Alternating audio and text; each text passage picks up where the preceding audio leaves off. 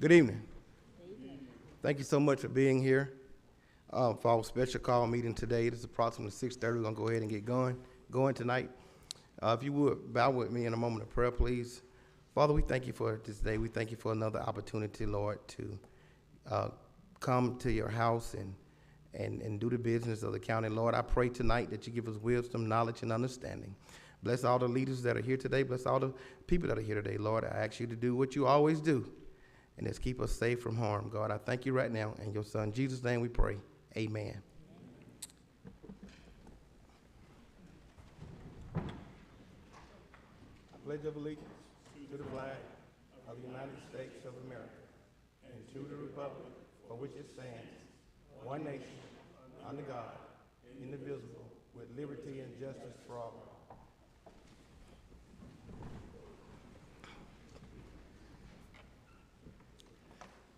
Again, thank you so much for being here.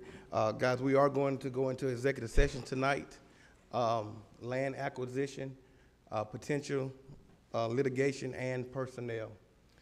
Guys, I seek a motion that we move into executive session, please. Second. There's a motion by Commissioner Edwards, second by Commissioner Mason. Any discussion? All in favor? We stand in executive session. Thank you so much. Yes, sir.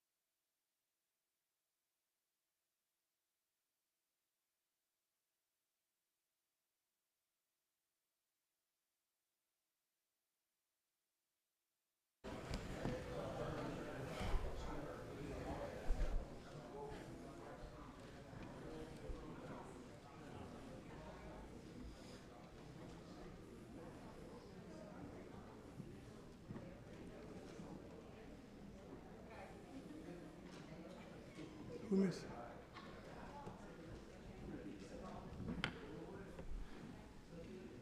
Did y'all see Jarvis out there?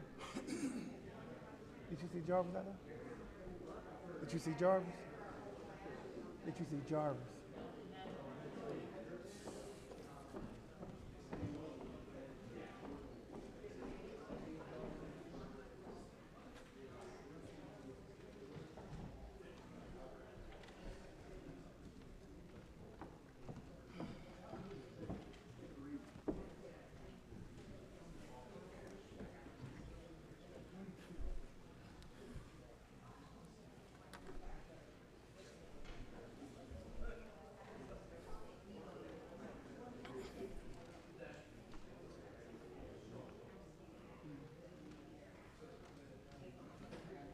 Huh?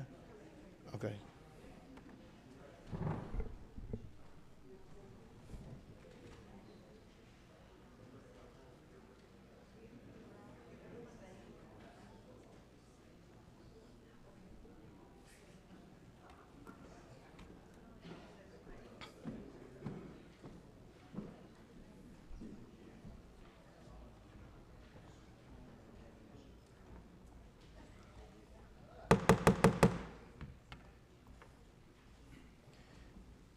Guys, we are going back into our regular scheduled meeting. I take a motion that we move back into our meeting. It's been motioned by Commissioner Edwards, second by Commissioner Mason. Any discussion? All in favor? Thank you. We stand 5-0. We stand back in our regular meeting. Go ahead. Mr. Chairman, based on the discussions in executive session, I would ask the board to amend the agenda to add the following item: consideration of a motion to designate a site for the West Side Youth Facility and to authorize the county attorney to present a contract for the designated site at the next available meeting of the Board of Commissioners. Can I get it in the form of a motion, please? So moved as stated by the county attorney. Can I get a second? Who's second? It's been motioned by Commissioner Edwards, second by Commissioner Cowan. Any discussion? All in favor? Thank you. We stand a minute. You want to do it? Or you want Jarvis to do it? I would just suggest that at this would be the appropriate time to make a motion to designate the site for the West Side Youth Facility, open up discussions, Yep. and proceed to a vote. So guys, you heard the 3 sites that have been discussed for quite some time now. I seek a motion that we that you put one of the sites, whoever want to put a site out there, that so we can open up for discussion. Commissioner Sanders. I'd like to make a motion to make the Monk property the site for the West Side Youth Facility. Is there a second? Second. It's been motioned by Commissioner Sanders and second by Commissioner Henderson. Any discussion? All in favor? Any opposed? That motion failed. 3-2. Is there another motion to be made? Mr. Chairman, I'd like to make a motion this time we use the Addison property for the west side. Is there a second? Is there a second? I'll second. Thank you. It's been motioned by Commissioner Edwards and second by Commissioner Cowan. Any discussion? Commissioner Sanders. Yes, sir. There has not even been, I was required to do a meeting with my constituents in the area discussing the property. There has not even been an official meeting with that subdivision that's next door. We are being very hypocritical. As I stated many times, I caught HEEE hockey sticks for putting this next to a subdivision, or a suggestion of it being placed next to a subdivision. Those individuals have stated they did not want this next to their subdivision. Nor has the commission, y'all even spoke with the commissioner of the district, and he could have told you all of that information. I was actually called into a meeting this Sunday, with Tree Lonnie's HOA. And they stated They did not want this next to their subdivision, and why we, as the commissioners who were elected and put in office by them, are not listening to the people. If that property was on the 62 acres, we could have built not only the parks and rec and the community and the center, the youth facility, it would have been all encompassed in one, to where that area would have had everything they need, and the most kids are placed in that area. But we want to say that we are listening to the people, and these people came before us and stated they did not want it. And they said it again on Sunday when I was called into their HOA meeting. Thank you. Commissioner Anderson. Thank you, Ms. C.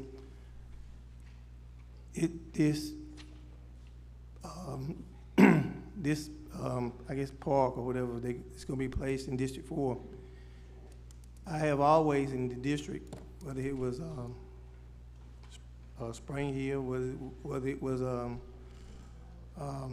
ARPA and renovation, or anything that was in District 4, I had always had a meeting with the people to kind of discuss with them what may be coming, how much money would have been set aside for this.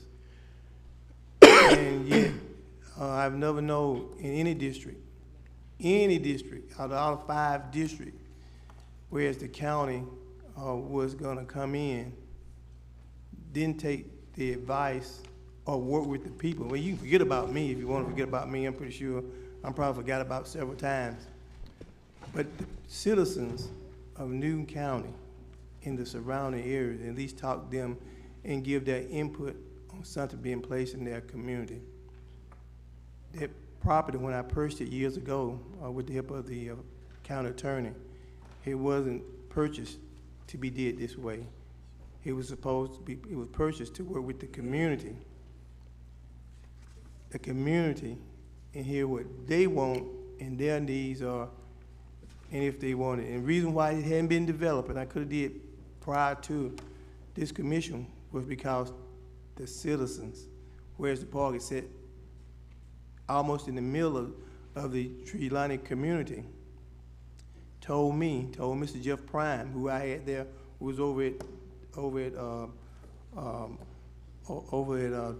Turner Lake, told us face to face, we don't want it at this time. Said that come back, if you would come back to it once we had settled down and talked to the people, then we might suggest it, and if we seen how much money was being spent on it or whatever.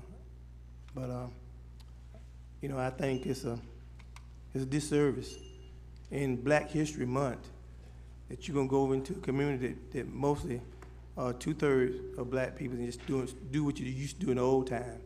It's just do what you want in the community and then come out and say it's all right. What we need to do is to go over there to the plantation that the county owns and over $300,000 a year that they are spending on it. We need to run an audit over there. We need to do a whole lot of stuff over there rather than come back and turn us back in time. We're not moving forward, people. We're moving backwards. Thank you. Commissioner Sanders, go ahead. After your comments, I'm calling for the vote. Yes, sir. We all know what this is about. This is about Commissioner Sanders applying for a $4 million grant and it got approved. That's what it's about. So let's teach Commissioner Sanders a lesson. That's what it's all about. Not listening to the community, not listening to what the people want. Let me break something down to you all. In 2017, if you go pull the referendum like I did, these commissioners voted to have $495,000 go on their project. Every district from District 1, 2, 4, and 5 spent their funds in their district. So are you trying to say the commissioner that sat here for 12 years didn't want money to go in her district?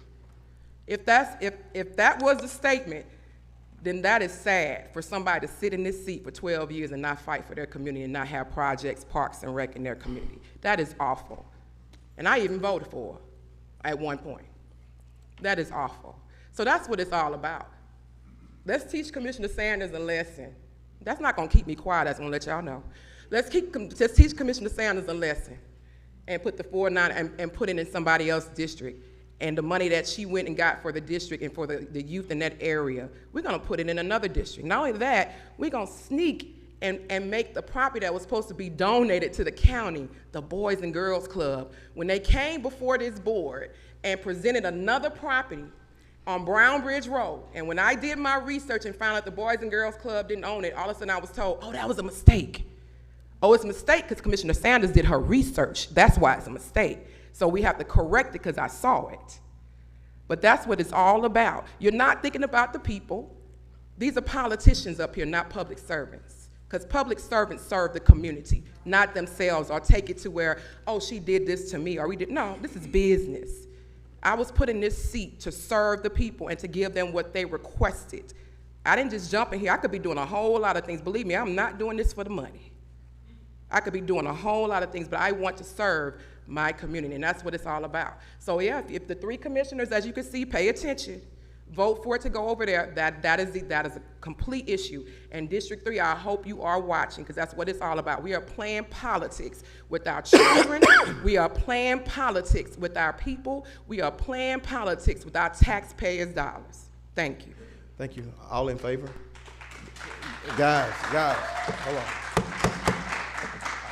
Guys, so we don't do that. Thank you. All in favor? Now calling for the vote. All in favor? Any opposed? It passed 3-2. Thank you. Pay attention. I seek a motion that we end our special call meeting and get ready for our regular board meeting tonight. Second. It's been motioned by Commissioner Edwards and second by Commissioner Mason. All in favor? We stand adjourned. Thank you.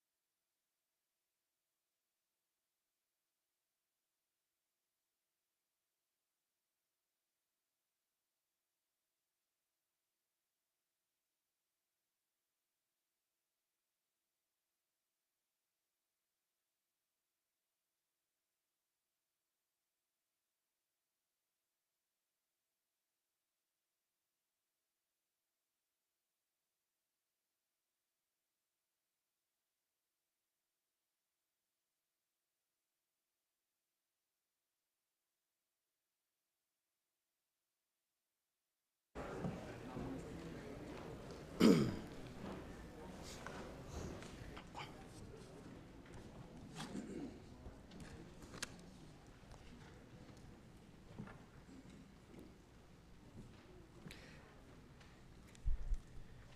evening. Again, thank you guys for being here tonight. We're now ready to enter into our regular meeting tonight. Today is February the 7th, 2023. Our thought for today is men are born to succeed, not to fail. That's by Henry David Thoreau. I'm gonna go ahead and officially call this meeting to order tonight.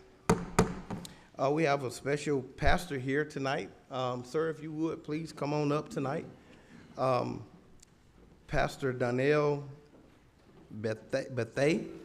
He is new to the community. We want to welcome you, sir. He and his wife are the pastors at Life Point Church of the Nazareth, and we want to welcome you to the community and welcome tonight. If you would, please, sir, tell us a little bit about yourself, a little bit about your ministry. I know you are in the I think it's the Navy? Air Force. The Air Force, Yes, Air sir. Force, that's right. And if you will, when you get through praying for us, would you lead us in our pledge tonight? We will be honored to have you to do that. Yes, sir. Thank you. Thank you. Yes, sir. And to Marcelo Baines, our chairman, and all these other elected officials and everyone who is in here tonight, I greet you and say good evening to you. I am Donnell Bethea, and as Marcelo Baines mentioned, I'm the pastor of Life Point Church of the Nazarene, and I serve along with my wife, who's also the pastor there as well. And we have our family life center here in this community. We try to, rent that out at an affordable price to people who are in need, whether that's for funerals, wedding receptions, birthday parties, things of that nature. And just a little about me, I'm originally from Paterson, New Jersey, and most of my formal education, college career, that was done in North Carolina. I'm a graduate of Fayetteville State University in Fayetteville, North Carolina, and I did my seminary at Campbell University Divinity School in Bowie's Creek, North Carolina, and I've just been accepted into the Doctor of Ministry program at Wesley Theological Seminary in Washington, D.C., so I look forward to starting that next month. And I'm also a proud member of Phi Beta Sigma Fraternity Incorporated. And with that being said, I'll just lead us in you said the prayer, then we'll do the Pledge of Allegiance. Yes, sir. Yes. And then I Yes. have a special something I don't want to give you tonight also. Yes, sir. All right, Yes, sir. Thank you. Thank you. Let us pray. God, we thank you for this day. We thank you for this opportunity to come together and to discuss some things to make this community better. We ask that you please be with all these elected officials and give them all the wisdom, knowledge, and understanding to do what's best and do what's right for our community. Bless everyone who is here, who's at this meeting, who's sitting behind me. Bless these families, every family that's represented here. We all want to see Covington better. We all want to see Newton County better. So we ask that you bless Covington, bless Newton County, bless this great state of Georgia, and bless these United States of America that we live in. It is in your holy name we pray. Amen. Amen. Amen. Oh, yeah, that's right. Yeah. I pledge allegiance to the flag of the United States of America and to the republic for which it stands, one nation, under God, indivisible, with liberty and justice for all. Thank you. Thank you. Oh, yeah. Like that.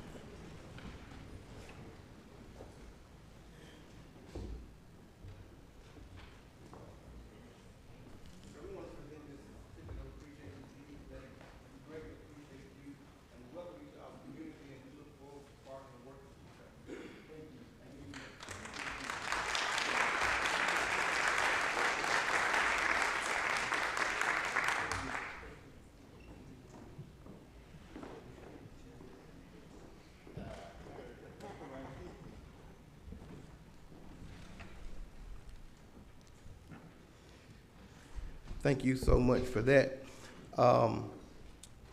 Commissioners, there is a need to amend the agenda tonight. You want to add those to the agenda, sir? Yes, Mr. Chairman, there will be two amendments to the agenda tonight. The first will be the consideration and approval, make sure I read it, consideration and approval of the acceptance of an ARPA grant for drinking water projects.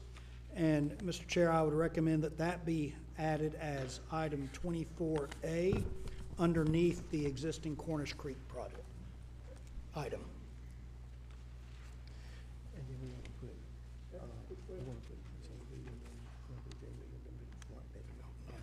Yeah. He'll get an opportunity in a minute. And the second amendment I would recommend be inserted as item 9A will be consideration of a second amendment to the contract of sale between the City of Covington and Newton Land Investments LLC. And again, I would recommend that be inserted as item 9A. What was the name of it again? Consideration of the second amendment to the contract of sale between the City of Covington and Newton Land Investments.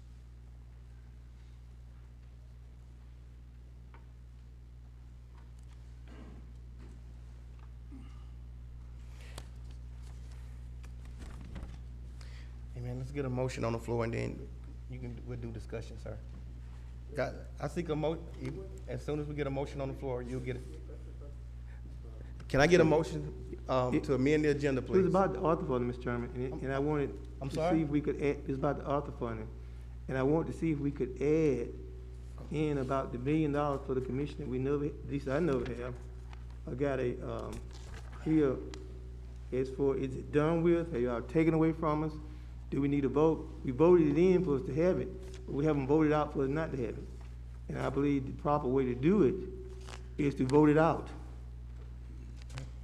So I think there needs to be a discussion while we're discussing ARPA funding, is to talk about that $1 million that each commission was supposed to have. And I think two commissioners have already spent their $1 million in their respective district of what, or offer what they want. But the other three, Okay. we have not. So we can add that to the discussion for number 12. Thank you. Thank you. Any other discussion? Right. I need a motion, please. Thank you. Second. It's been motioned by Commissioner Edwards and second by Commissioner Mason. Any more discussion? All in favor? Passes 5-0. Thank you so much. Next is citizens' comments. This is an opportunity that we allow citizens to talk about agenda topics only. Agenda topics only. You have 3 minutes to do so. You may come at this time. Agenda topics only. Please state your name and your address for the record, please. My name is David Jenkins. I live at 110 Bentley Place Way, Covington, Georgia. I'm here to talk about agenda number 9, vehicle truck parking in your own driveway. First of all, I just want to thank the commissioners for their fast response. You saw a problem with the ordinance that affected the whole community negatively, and you're moving quick to, fix it. Throughout the county, there's hardworking people that drive to work vehicles home. A pickup truck with a ladder on it or a toolbox in the back of the truck are not allowed with this ordinance. Carpenters, plumbers, electricians, landscapers, AT&T, security people, this ordinance that affects their means to earn a living, unable to drive a work van home or a truck, the blue-collar worker is forced to park off-site, sometimes at a large cost, not to mention the extra gas and the undue use of the limited resources, as well as reducing the security to their own vehicles. Also, increasing the time that it takes to respond to emergencies, such as the tornadoes that we just had that hit the south part of the county. Within minutes, carpenters and roofers responded and secured the houses and buildings and helped the people having to retrieve their vehicles from a shop, may increase that time by hours. What people don't understand is this is county-wide and affects all commercial vehicles. This also includes the real estate agent that has a label on their vehicle or a ladder rack on top of their vehicle. The insurance guy that has a ladder rack on top of his vehicle, and even the politician that has the vote for me sign in the back of his truck. With the county increasing the high-density populations in certain parts, these homes may go unsold due to the fact that the blue-collar worker chooses to live somewhere in a different county that is more welcoming to them. That decreases the labor force in this county. This ordinance could snowball and create more problems than anybody could imagine. Again, I just want to thank you for your fast response on this ordinance that affects the lives of thousands and thousands of people that don't even know it affects them yet. I've done a lot for this community, between helping the seniors with Seniors Connections, doing work for people that can't afford it for free. The list of volunteer work that I have done throughout this community for my life, I can't tell you how much I've done. The jobs, the money that it takes to park my vehicle off the lot can affect me doing volunteer work and reduce cost work as well as other people. At a time when it's difficult to get skilled trade workers, a company vehicle is a well-earned perk. It benefits them as well as the community. That way, it's completely unnecessary to take that away from them. Thank you so much, sir. Is my 3 minutes up? Yes, yes, sir. Can you present that to me, please? I would greatly appreciate it. And we can have it in the minutes. That's okay. Thank you, sir. Anyone else? Please state your name and your address for the record, please. You have 3 minutes to do so.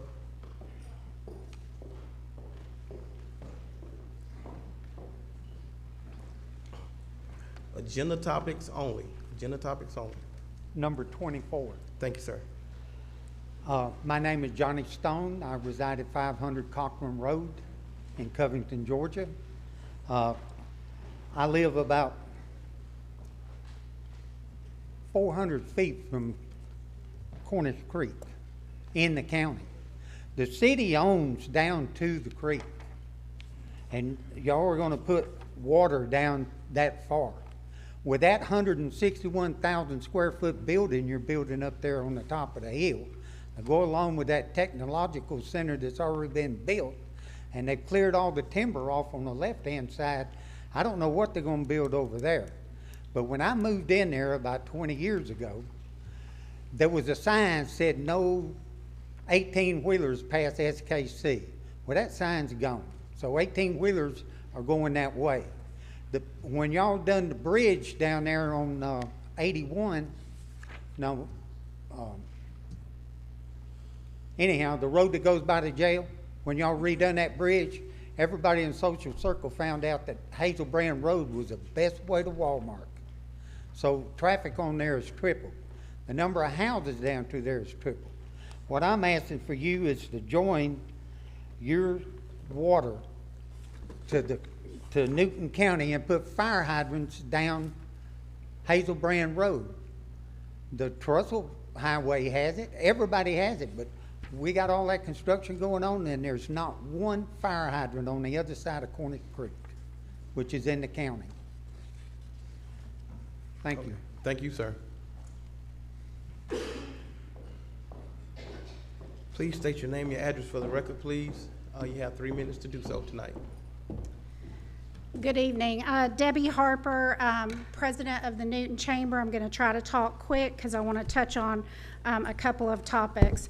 To echo Mr. Jenkins on item number 9, he is a chamber member and came to me after he received notice of the county for his vehicle being parked there. So I would like to ask that there be a consensus that we can work on this ordinance. I gave you all a copy of his vehicle that was parked at his house, as well as a copy of the ordinance.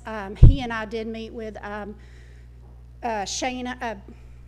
Director Applewhite, Interim Director Applewhite, last week. So I would ask for consensus to continue to work on that ordinance from you all. Also want to speak to you all on item number 12, the ARPA funding. I have, as the president of the chamber, I represent 600 businesses in Newton County. That equates to around 20,000 employees in and around this area. And on behalf of the chamber board, our membership, our small business committee, some of who are in the audience tonight, and 2 of our board members.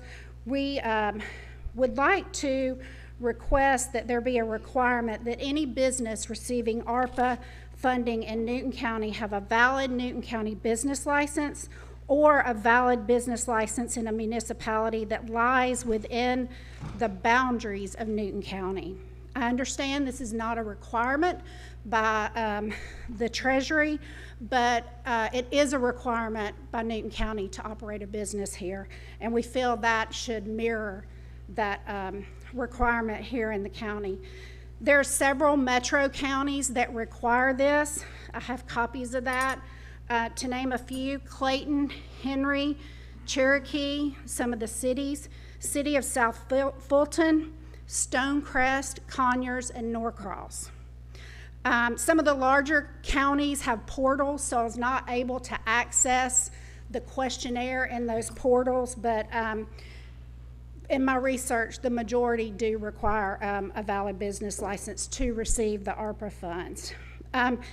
Further, I would like to request an amendment to tonight's agenda that a vote be taken to include the requirement that any business receiving ARPA funding from Newton County have a valid business license in Newton County or a valid business license in a municipality that lies within the boundaries of Newton County. Any questions, Thank you so much. comments? Anything else? No, ma'am. Thank you Okay. so much. Thank you. All right. Next, please. Agenda topics only tonight. At this point, you have 3 minutes to do so. Please state your name, your address for the record, please. My name is Cecily Bell, and this is my husband, O.C. Bell. We want to bring up number 12 here that's on your agenda. And we're standing up tonight for the youth of Newton County and the seniors of Newton County with the $4 million that was granted here tonight, to Ms. Sanders in her area. As parents, we need that youth, that money for that youth. We need the money for the seniors. We need those finances here in Newton County. We need those community centers built. We need all those things recognized. It's not fair that the monies have to be divided or whatever. My kids need a place. They're A students, honor roll students. They need a place that they can go to and feel safe. And if any of you have children, you will feel the same. Like at this point, like your topic for today said, men are born to succeed, not fail. But the ones of you that did not vote for this are causing us to fail. You're causing our seniors to fail. You're causing not only the seniors to fail, but the youth as well. It is not fair. So we need you all to be commissioners of whatever areas you are. Stand up for these children because we're losing them by the day. Not only are we losing the youth by the day, but we're losing the seniors because the youth don't have a place to go, and they're killing our seniors. They're robbing our seniors. So they need something like this in Newton County. We have all that land across from Cousins Middle School, all that land, and nobody can put anything there for these babies to occupy themselves and to be better. Shame on you, the ones that did not vote just now for this act. Shame on you. Thank you. Guys.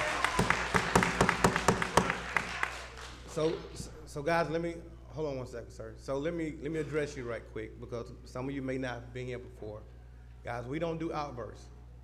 We're gonna run this like a business meeting. That's what it's for. And if you can't conduct yourself like that, you're gonna be asked to leave. So please, ma'am, please, sir, hold your applause. If you would like to address one of your commissioners or the chair after the meeting, you can do so. Come on up, sir. Please state your name, your address for the record, please. You have 3 minutes to do so, sir. Good evening. My name is Carvez Keys. I'm also a new business in the Newton County area, 33 and 3rd Barber and Beauty Academy. What I've noticed since I've been coming to these meetings, each week it's been a battle about helping the community. More so District 3 and 4. I've been seeing, which number you want to speak on? Agenda topics only right now. Which number would you 12. like? 12. The one that Commissioner Henderson is speaking on now. In the likes of, I'm aware that District 1 and 2 have received $1 million, and also aware that District, I'll let them figure that out. Yeah. Yet, they have been fighting week after week to help 3 and 4 and asking them to put it into the budget.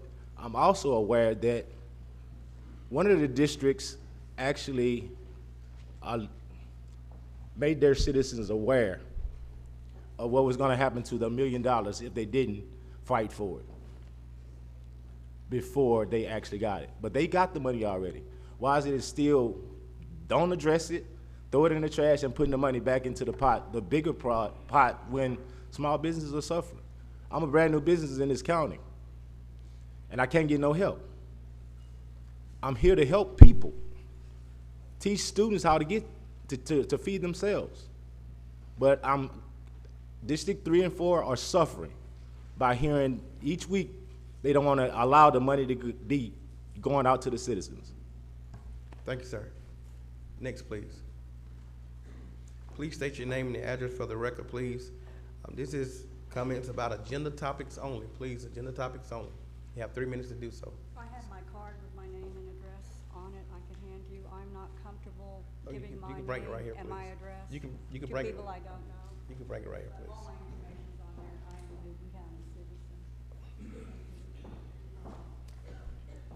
Yes, I hope y'all can hear me. Most people can't. But I wanted to speak to the issue of the $4 million grant that Hank Johnson has. It's not on the agenda tonight. You gotta talk about agenda topics only. Y'all just talked about it. It has to be agenda, if you can talk about it, we have to be at the end of the meeting, doing those comments. We're talking about agenda topics only right now. Okay, does that include the locations that y'all just discussed and voted on where this would take place? That's not on this, it's not on this It's agenda. not on the agenda formally. Yeah. Okay, well then I will go then to agenda items 14 and 22 that are on the agenda. Now you can, hold on, can you stop the time for a second? Now you can address the ARPA funds, because ARPA funds are on the agenda. If you wanted to do that, you can. But if that $4 million grant is not on the agenda tonight. Okay. Okay. All right, fair enough. All right. Okay, so agenda item number 14 is the purchasing, requesting approval of a contract between Newton County and iParametrics for grant consulting. Mm-hmm. Okay. It's kind of interesting to me that it's never been a topic before now, and maybe some news articles.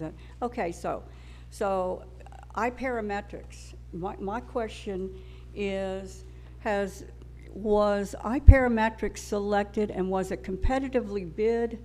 Did you all reach out to other providers whose specialty is in fact grant writing? I did a little research on parametrics, their emergency management, their homeland security, their program management, and their cost engineering.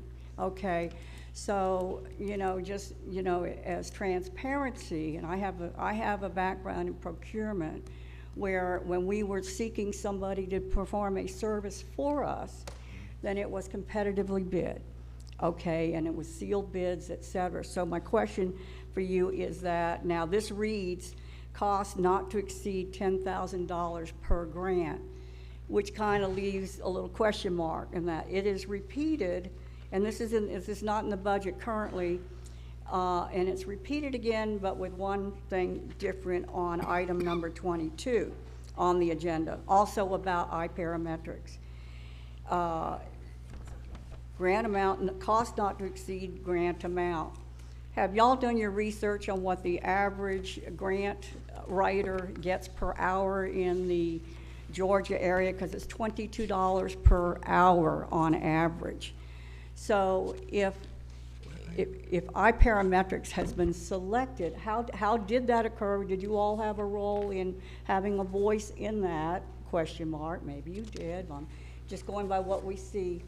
Sometimes the agenda is vague, so it begs more questions than it does answers.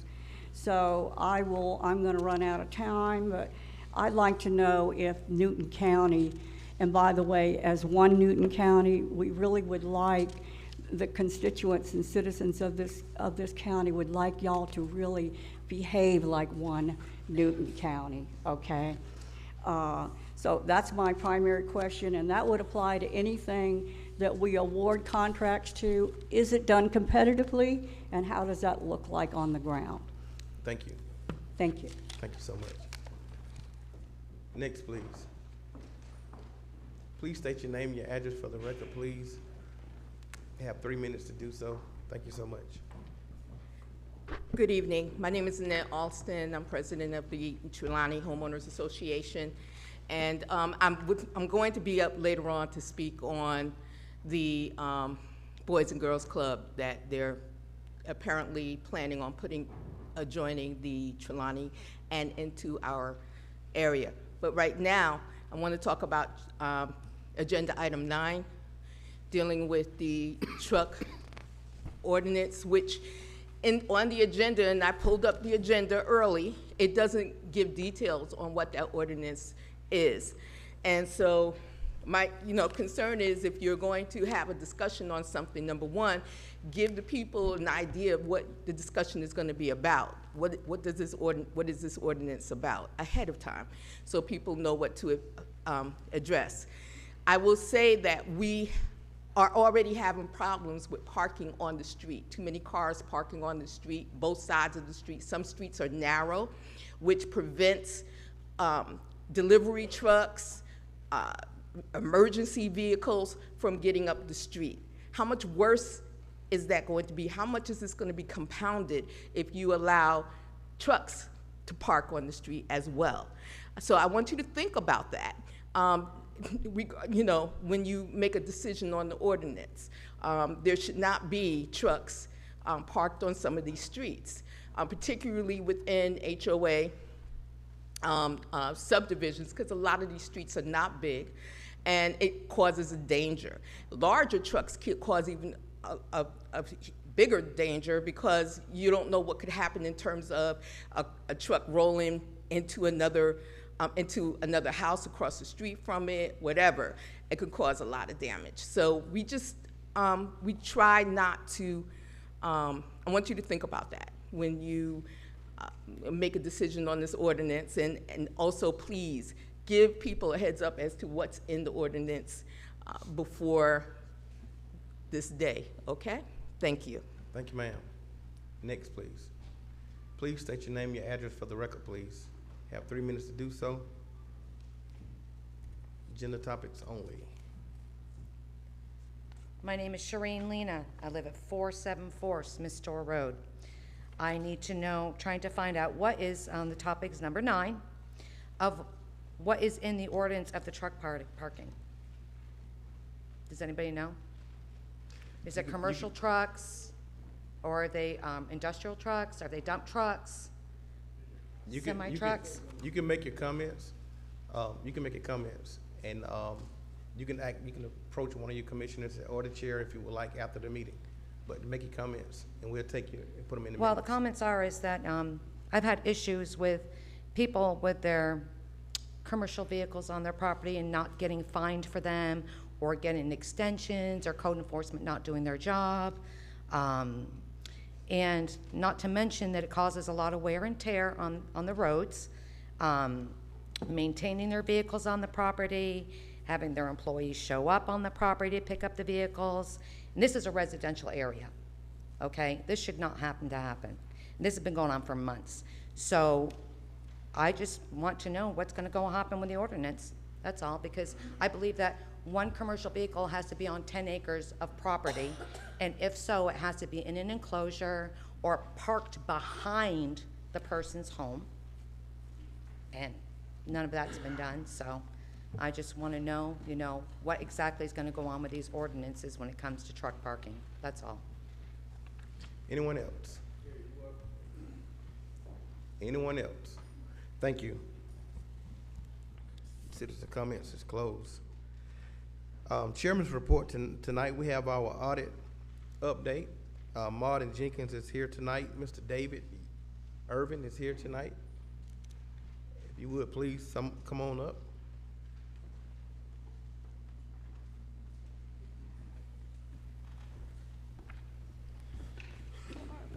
Good evening, everyone. Hope you all are doing well. Again, my name is David Irwin, and I'm with Malden Jenkins. I was the partner who oversaw this year's audit of the county's financial statements, and I certainly appreciate the opportunity to be here with you all this evening to discuss with you all the results of this year's audit. I won't take up too much of your time, but the purpose of my presentation is to provide you all an overview of our independent auditor's report, hit a few of the financial statement highlights, talk about the 2 compliance reports that we issue in conjunction with the audit, discuss some information that the auditing standards requires that we communicate to you all, and obviously answer any questions that you all may have. Now, the financial statements themselves, they are the responsibility of management and members of the board. As your independent auditors, our responsibility is to issue an opinion on these statements. We conducted our audit in accordance with generally accepted auditing standards and governmental auditing standards, and I'm happy to say that we are issuing a clean or unmodified opinion on this year's report. This is what you want. This is the highest level of assurance that we can provide as your external auditor. What this means is that in our opinion, the financial statements are considered to be fairly presented in all material respects in accordance with generally accepted accounting principles. Again, as part of the audit, there are 2 compliance reports that we issue, the first of which being a single audit. Again, a single audit is a compliance audit that is required when an entity has over or spends over $750,000 of federal funds. You all had approximately $21.5 million of federal expenditures this year, which resulted in, again, us having to perform a single audit of one major program, which was the COVID Recovery Funds Program. And as was the case with the financial audit, we are issuing a clean or unmodified opinion on the single audit as well. The second compliance report is something that we call the Yellow Book Report, which is a report on the county's internal controls and your compliance with various laws and regulations. And I'm pleased to say that we do not have any audit findings to report to you all this year, meaning we noted no material weaknesses or significant deficiencies in the county's internal controls during our audit. As you can tell when you look through your financial statements, for a county of your size, there's obviously a significant amount of financial activity for which you all have to report on. In addition, with all the new accounting standards that are being implemented each year and all the changes and really just how complex the financial reporting process has become, it makes it all the more impressive to stand here before you tonight and say that you all have a clean opinion with no audit findings. So again, that is certainly something that you all should be proud of. And to me, it really speaks volumes about the hard work done by your staff. Brittany and her staff, they did a great job again this year. They were very accommodating to our audit team. They had everything ready for us, and were able to answer all our questions and again, get us everything that we needed in order to get the audit finalized on time. And not just during the audit itself, but just throughout the year. One thing I certainly appreciate about Brittany and her staff is that they are proactive and not reactive. If something comes up during the year they have a question about, they're not going to wait until the audit starts to address it. They want to go ahead and reach out to us and get that question resolved. I actually had a conversation with her last week about a certain item. So again, that proactivity, being proactive, not reactive, that communication throughout the year really attributes to a smooth and timely audit. So again, just want to thank your staff for their hard work this year, and we have certainly enjoyed working with them. Now for a brief overview of your financial statements. Again, you all prepare what is called an annual comprehensive financial report, otherwise known as an ACFR. Now an ACFR includes additional information that goes above and beyond the basic financial reporting requirements. This document is submitted annually to the Government Finance Officers Association, otherwise known as the GFOA, where they put it through a pretty stringent review process, not only by their professional staff, but they also have a special review committee that looks at your document as well. And when they look at the county's ACFR, their goal is not to assess the financial health of the county. What they want to do is make sure that the necessary information is in your report so the readers of your financial statements can do so themselves. And through this review, the county was once again awarded the Certificate of Achievement for Excellence in Financial Reporting for fiscal year 21, and that certificate is included in this year's report. So again, this is a very impressive document. Again, just another example of how your finance department and you all go above and beyond the minimum reporting requirements. And again, as I mentioned earlier, this is certainly something you all should be proud of. As you look through your report, you know, one section I always like to point out is the management's discussion analysis, otherwise known as the MD&A. This begins on page 6 of the financial statements. It's right after our audit opinion. I would strongly encourage everyone to read the MD&A. The purpose of the MD&A is to provide a broader audience, to let a broader audience use and better understand your financial statements. And it does this by providing a narrative explanation of your financial statements from management's perspective. So again, if you have a question about any fluctuations in financial activity that occurred throughout the year, or anything unique or unusual that happened, oftentimes you can find that answer in the MD&A.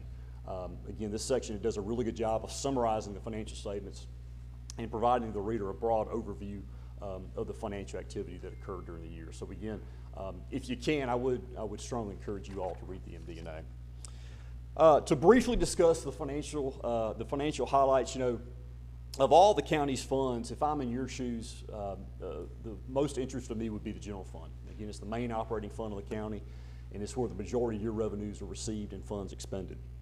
And just to give you a quick financial summary, total revenues of the general fund were around $83.5 million. That's a decrease of about $3.8 million compared to prior year. The majority of that decrease, actually all of that decrease, was a result of your decrease in intergovernmental revenue. Again, intergovernmental revenue, that fluctuates from year to year, just depending on the federal grants that you all are receiving. Property taxes are obviously the primary source of the general fund. It totaled a little over $72 million for the year, and it accounted for 86% of the general fund's revenues.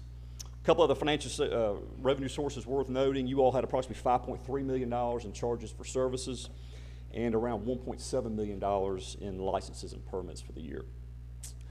In looking at the general fund expenditures, they totaled just under $70 million for the year, which was an increase of around $3 million compared to FY21.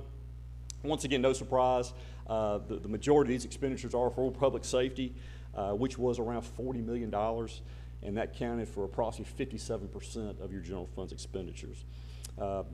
County also had, you know, general government expenditures of just under $11 million, and public works expenditures of right at $6 million for the year. After factoring in other financing sources and uses such as transfers in and out of other funds, the general fund's fund balance increased around $11.8 million this year for an ending balance of $52 million.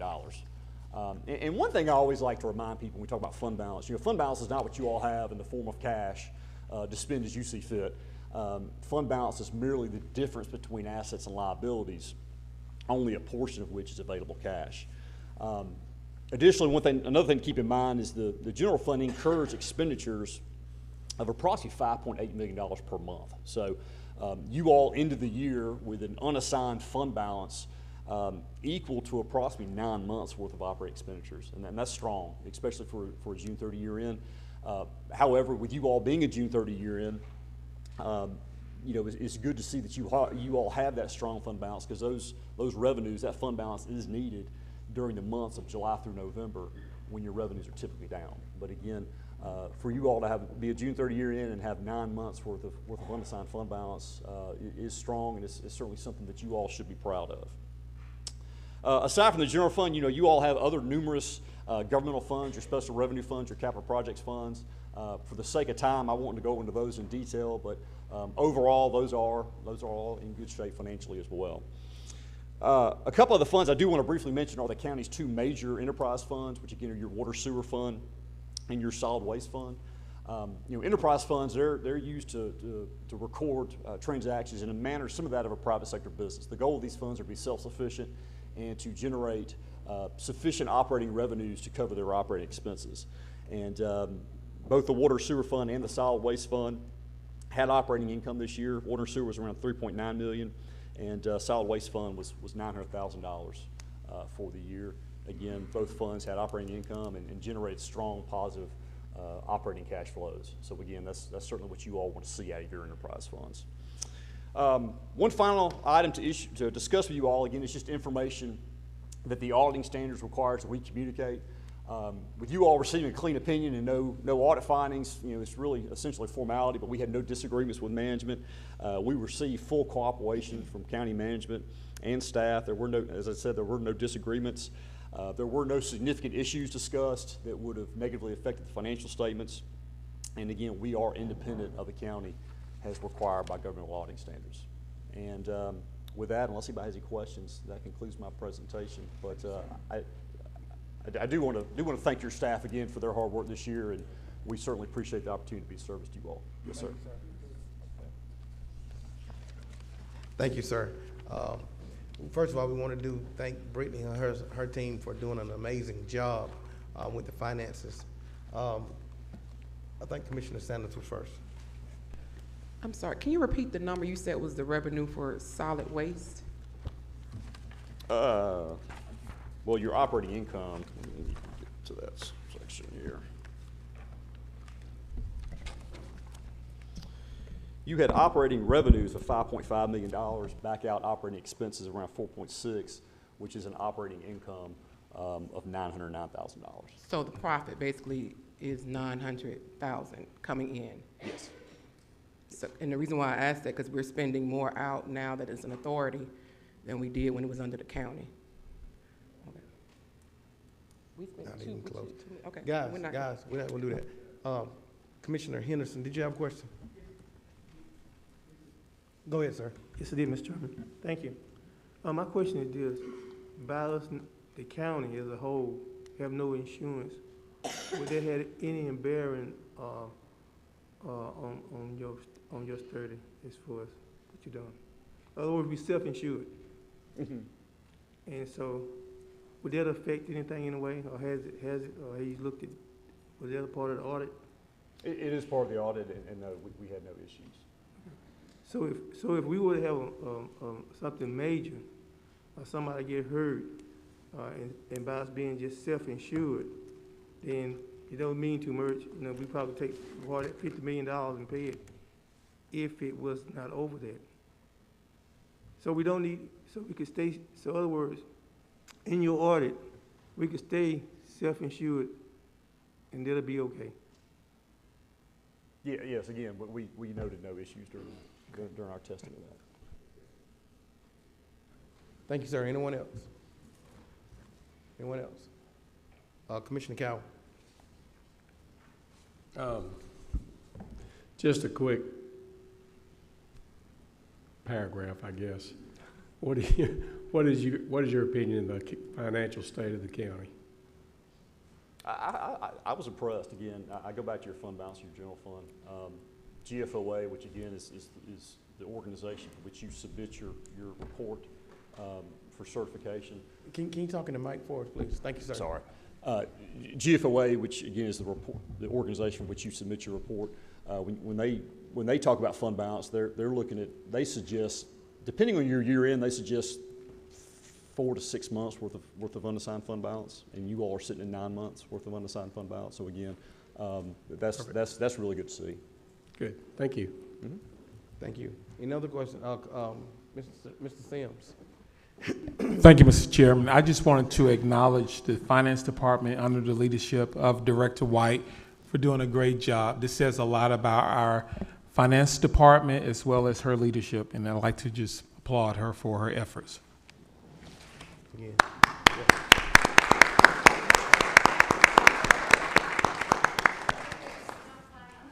Thank you so much, sir. Okay. Thank you. Thank you. Take care.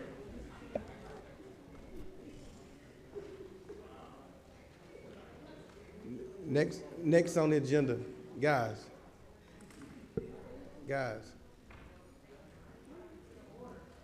Next on the agenda is County Manager Report. Thank you, Mr. Chairman. First, I would like to have Pastor Lett come up and provide a quick overview of our warming shelters.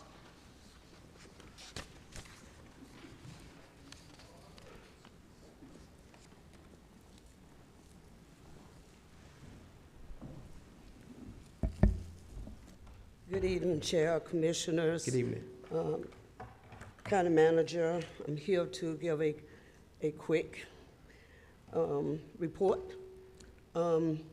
As I was here before, on the number of nightly, people that slept nightly in both locations, the church and the gymnasium over on Geiger Street, from January the 14th until January the 25th, we had 138 women, 166 men, and 30 children. That's at the site at the gym. At the church, it was 79 women, 47 men, and 27 children, make a total of 486 in total. And I'm also here tonight to thank the city and the county for pondering to make sure that our county resident had a warm place. We come down to the end. We will be closing February the 28th. The contract stated the 31st, that the funds won't allow us to go to the 31st. So in doing that, the weather had warmed up a lot, nice weather. So we decided to go ahead and prepare. I sent out notices to the people at the Women's Center and the employees that we will be closing February 28th. In addition to that, the payroll amount, salaries, have been $42,957. Other expenses has been $8,688.20, making a grand total of $51,645.20, which leaving a balance of $38,354.80, which we have salaries for this month will be 2 weeks of salaries. So we will need, and I pray this board vote upon it tonight, where I won't have to close any earlier, $15,000 to complete the Women's Center for closing. And that will make everyone from the Sheriff Department, which have done an awesome job, our employees, people have worked from December the 14th until now, not taking one day off. So I just congratulate the employees that have worked throughout this county to make sure the Women's Center have stayed open. So I'm saying to you tonight, I pray that you would vote upon this tonight, that we get the addition fund, that we can go into February the 28th. Thank you. Thank you. Okay, Commissioner Henderson.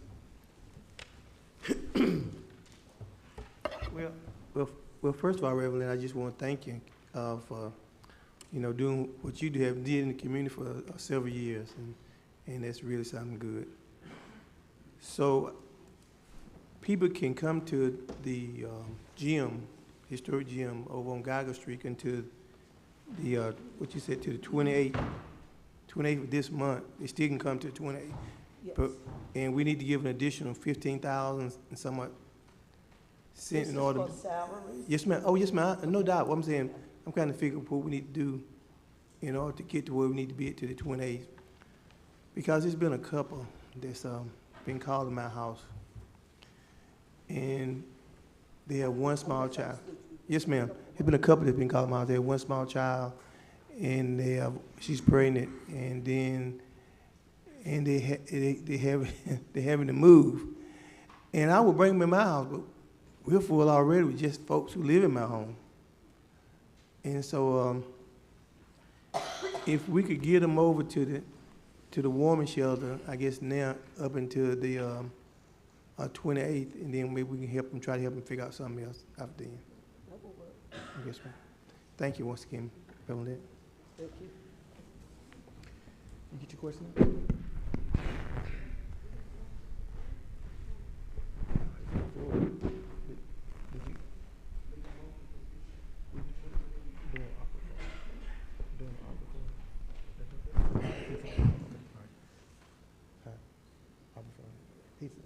Thank you. Mr. Sims. Thank you, Mr. Chairman. Also, we would like to acknowledge Wendy Patterson, the Newton County Emergency Management Team, Chris Malcolm, Chester Clegg, and the Public Works Department for their exceptional efforts and diligent responses during and after the weather event that occurred on January 12th. I also would like to acknowledge and congratulate our new director, Ms. Shana Applewhite. She was selected as our Developmental Services Director. Shana has 8 years of experience here in the county, and she's been doing a great job. And finally, one of the tasks when I started back in March of last year, we talked about a website. I would like to introduce our new website and have Mr. Fazio, our Public Information Officer, come up and talk about it. You can sit there. Yeah, I'm going to sit here so I can drive. Thank you, Interim County Manager Sims, and thank you, Chairman and Board. Yeah, when Mr. Sims came on board, we talked about ways to continue our engagement and move Newton forward. I know you've seen the increase in video as well as the increase in quality with 4K. And one of the other things was to identify our website and to improve that. So we began a redesign process many months ago, and we'll start at the beginning. For those who don't know, I know we have a full house tonight.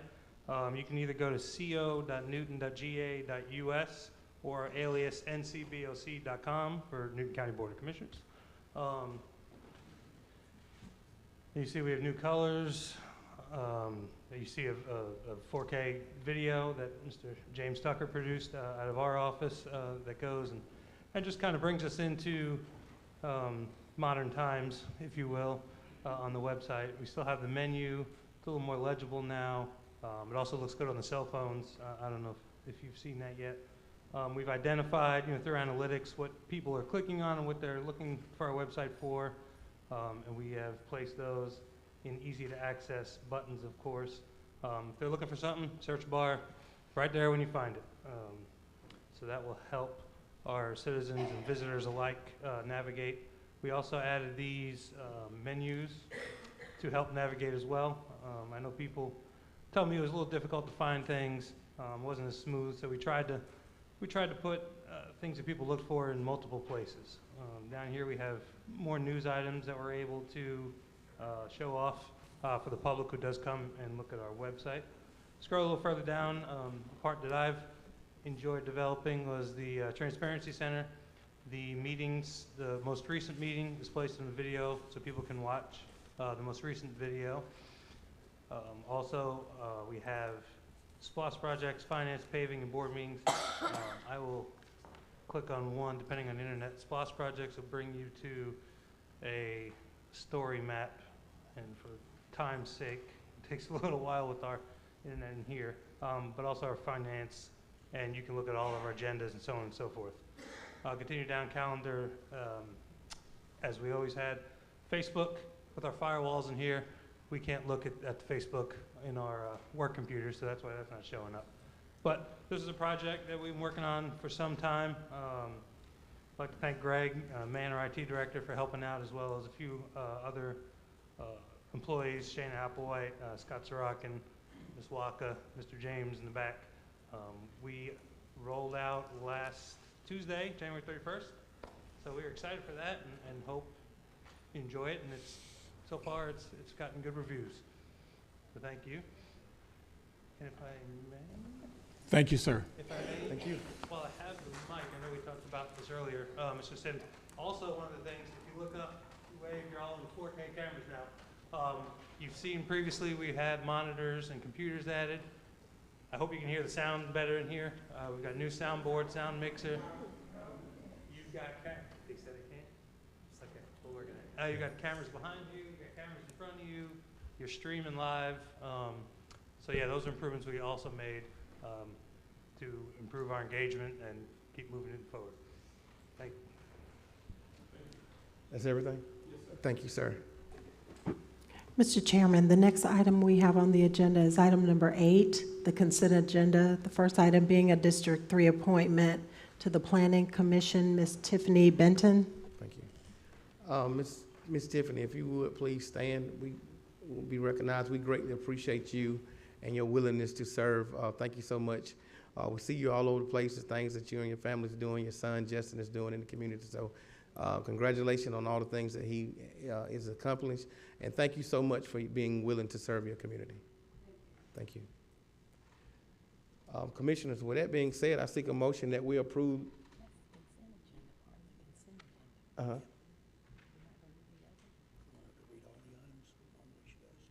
No. Huh? Normally she just reads them all. No, we don't. Okay. Yeah, we're just acknowledging her. No. I'm sorry?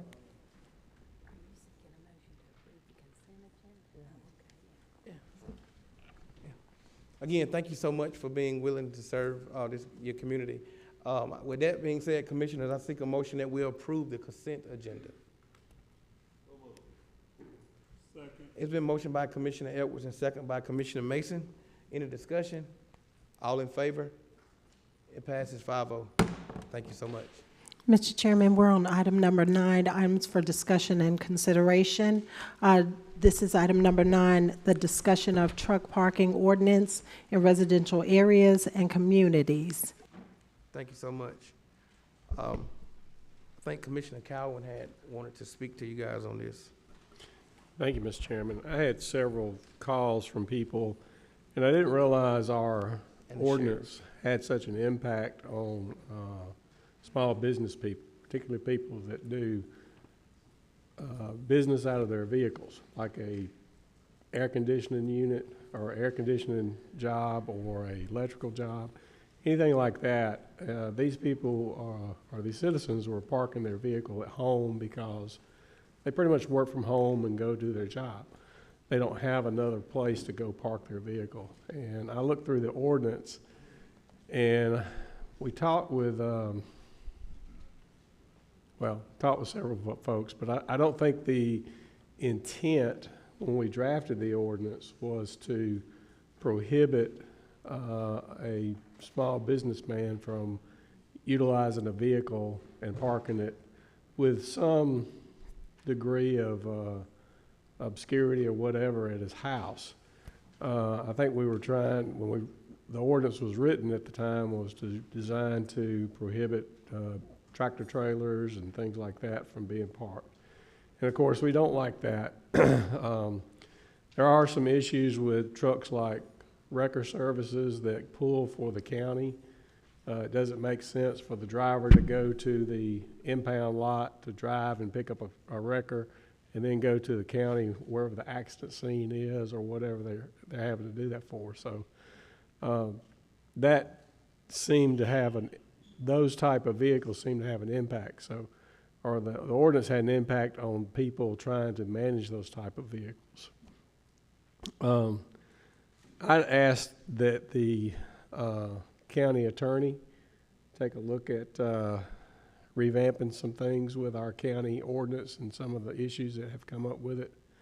I would like to have just a moratorium on enforcement until we get this resolved, so that there's no more tickets written right now, and we're not flooding the court system over there with things like that until we decide what the ordinance needs to look like.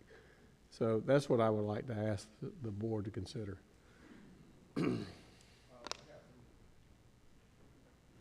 There's other commissioners that wanting to speak on that. Are you making that in the form of a motion? Or did you make that in the form of a motion?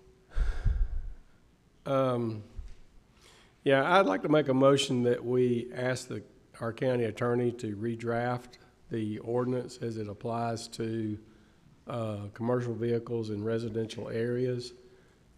Maybe some stipulations, well, I'm rambling. Ask the county attorney to modify the ordinance to take into consideration the impacts that we're having on small business people with certain type of vehicles. And in the meantime, the second part of that motion would be to defer enforcement or suspend enforcement of that until we get that ordinance redrafted. Second. The motion been made by Commissioner Cowan and been seconded by Commissioner Henderson. Discussion, we got Commissioner Edwards and then Commissioner Sanders and then Commissioner Henderson. Thank you, Mr. Chairman. So, Mr. Jenkins' letter was forwarded to me by Commissioner Sanders, or forwarded to us by Commissioner Sanders, and I thought just off the cuff of the suggestion he had was great. I won't go into what that is here now. I understand the intent of the ordinance, and most of the counties and municipalities around us have the same ordinance. We're in a different time, a different era now, especially as it relates to COVID and what the impact it had on the workforce. So it's moved us to a different place in terms of our workforces. So I'm in favor of a moratorium for now, but as Ms. Applewhite and I had a conversation on the side a few minutes ago, and I think there needs to be some discussion amongst the commissioners with some input from citizenry in terms of maybe a work session to understand their ideas, because the last thing we need is a knee-jerk reaction, and we've got to reconvene and try to change the ordinance again because of some nuance we didn't think of. So I would suggest, and I don't know how you would do this, Commissioner Cowan, Commissioner Cowan may want to rescind his motion, I don't know, but I would suggest a work session, and we really spend an hour talking about this. I believe in districts 2, 3, and 4, especially, it's going to be impacting to those folks, the working folks that have those particular vehicles at the house and at their homes, and I would like to really, really understand where we're headed before we put a new ordinance together and vote on it. Thank you, Mr. Chairman. I'll let you ask that question in 1 second. Commissioner Sanders. I'm in agreement of the moratorium or amending the motion. I was going to ask you to actually amend it to make sure there's stipulations on what type of vehicles, because we don't want to just put a moratorium out there and any type of vehicle can park in various residential area and subdivision, because that's been an issue also. In my subdivision was 18-wheelers and some dump trucks. So we want to make sure that we are putting a stipulation on the size of the truck, that it can fit in the driveway, the noise. That's one thing people have been complaining about, is the noise of certain vehicles. So the one that our constituent actually put before us, that one is, of course, is not a problem. I don't see a problem with that one. But we need to make sure that we put stipulations before we go out and put a moratorium and everybody's just parking everywhere, but we already voted on it because we said there's not going to be any issues, that we're going to relinquish the code enforcement. If I could make a recommendation, twofold. You don't need a motion to ask me to start working on an ordinance. I think I've heard the concerns. I don't need you to vote to authorize me to start working on an ordinance. Okay. I'll get with Ms. Applewhite and her staff, and we'll work on some revisions and some options to present to the board.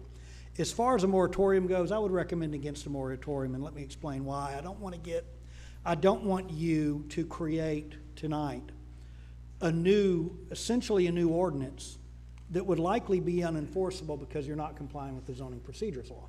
So what you would be doing is authorizing some truck parking, but continue to prohibit other truck parking, and arguably you've amended the zoning ordinance when you do that. My recommendation would be, I think the interim county manager has heard your discussions.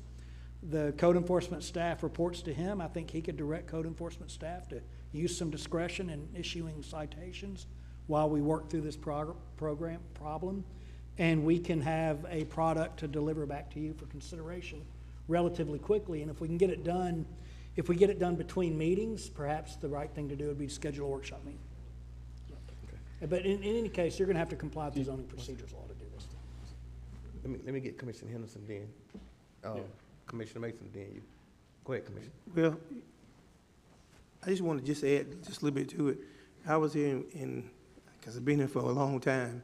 That's why I constantly tell my kids, especially my son, I said, don't get rid of all your old folks. They might be able to tell you something that you might need to know. This particular ordinance that we done at that particular time, it wasn't against those smaller trucks.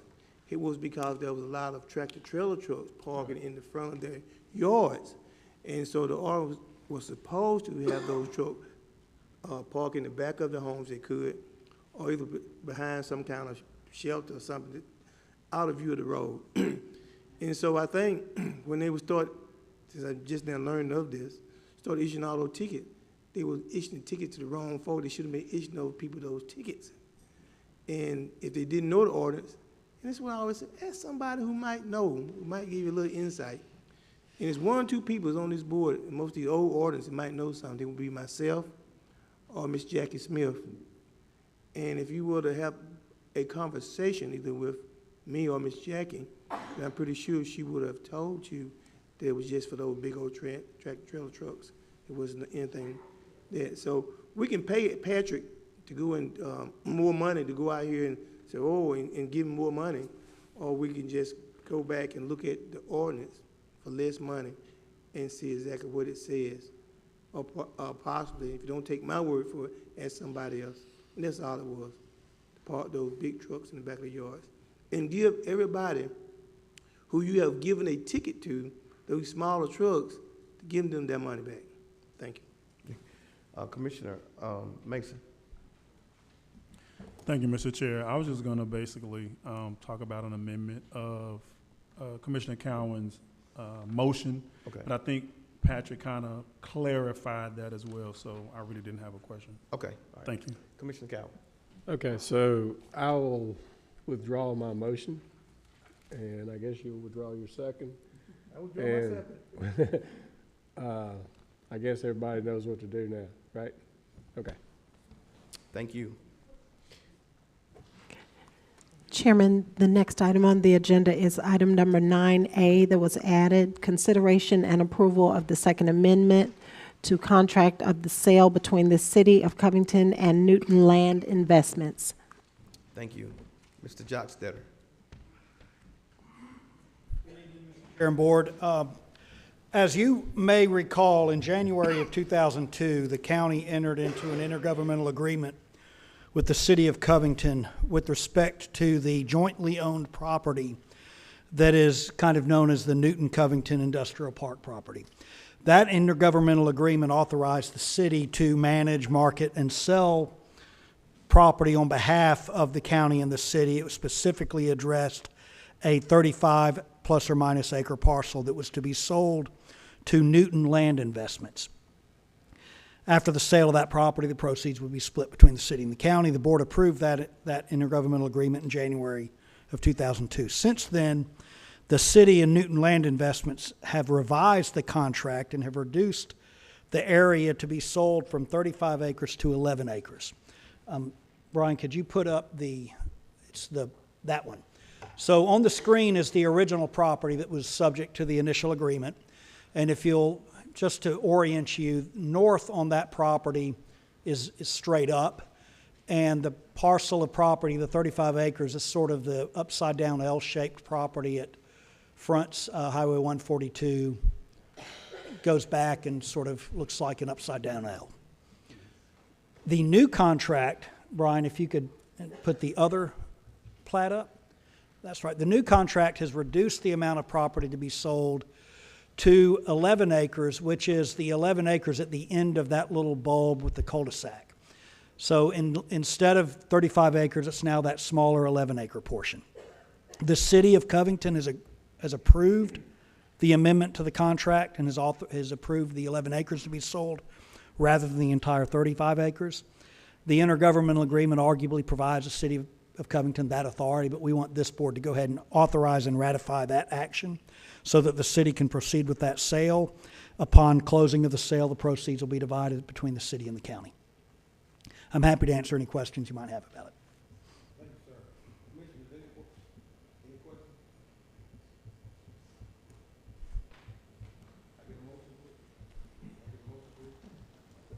questions? Thank you, Mr. Chairman. I'm familiar with this particular piece of property, and I'd like to make a motion to approve exactly what the county attorney has stated. Is there a second, please? Second.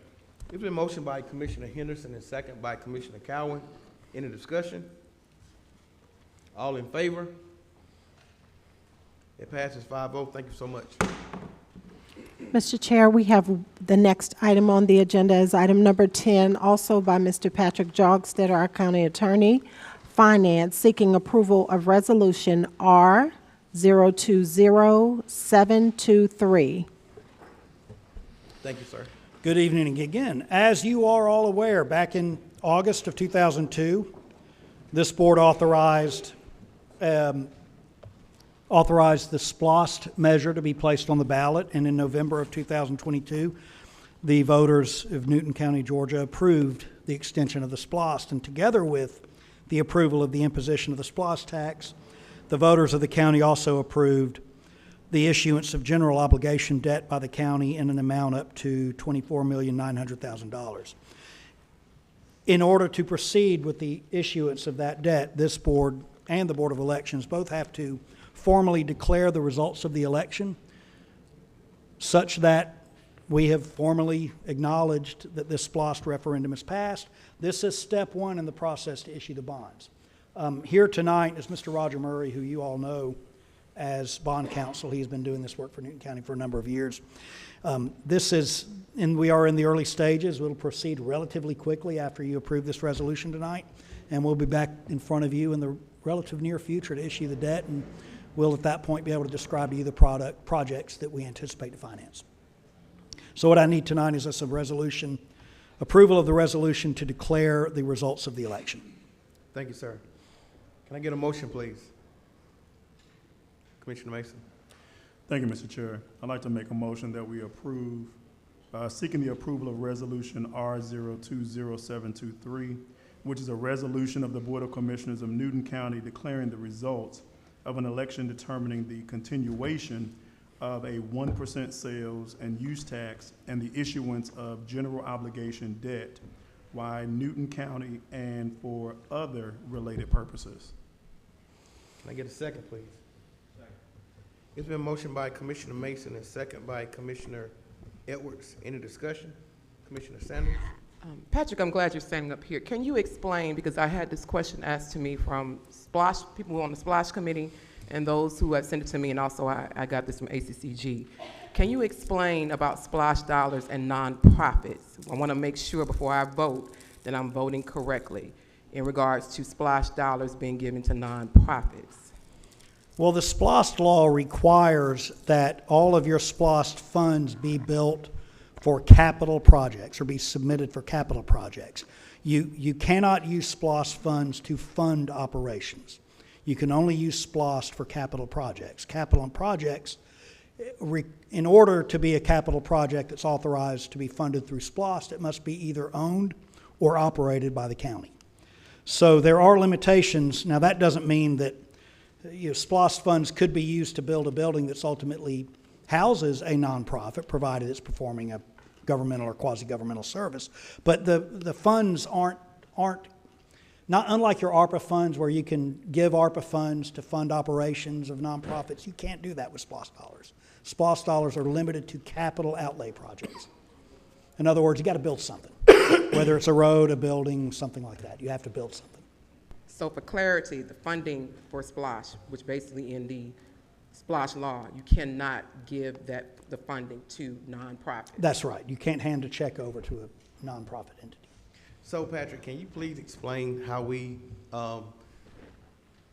do our SPLOST project that, like, people like, say, Nelson Heights and Washington Street, how the county go in and, like, I think Commissioner Henderson, didn't you have like a bathroom and, no, so when you're saying giving money to nonprofits. I can explain that. I'm We have not sure that's some the question, but nonprofits on the SPLOST that we're providing funding to.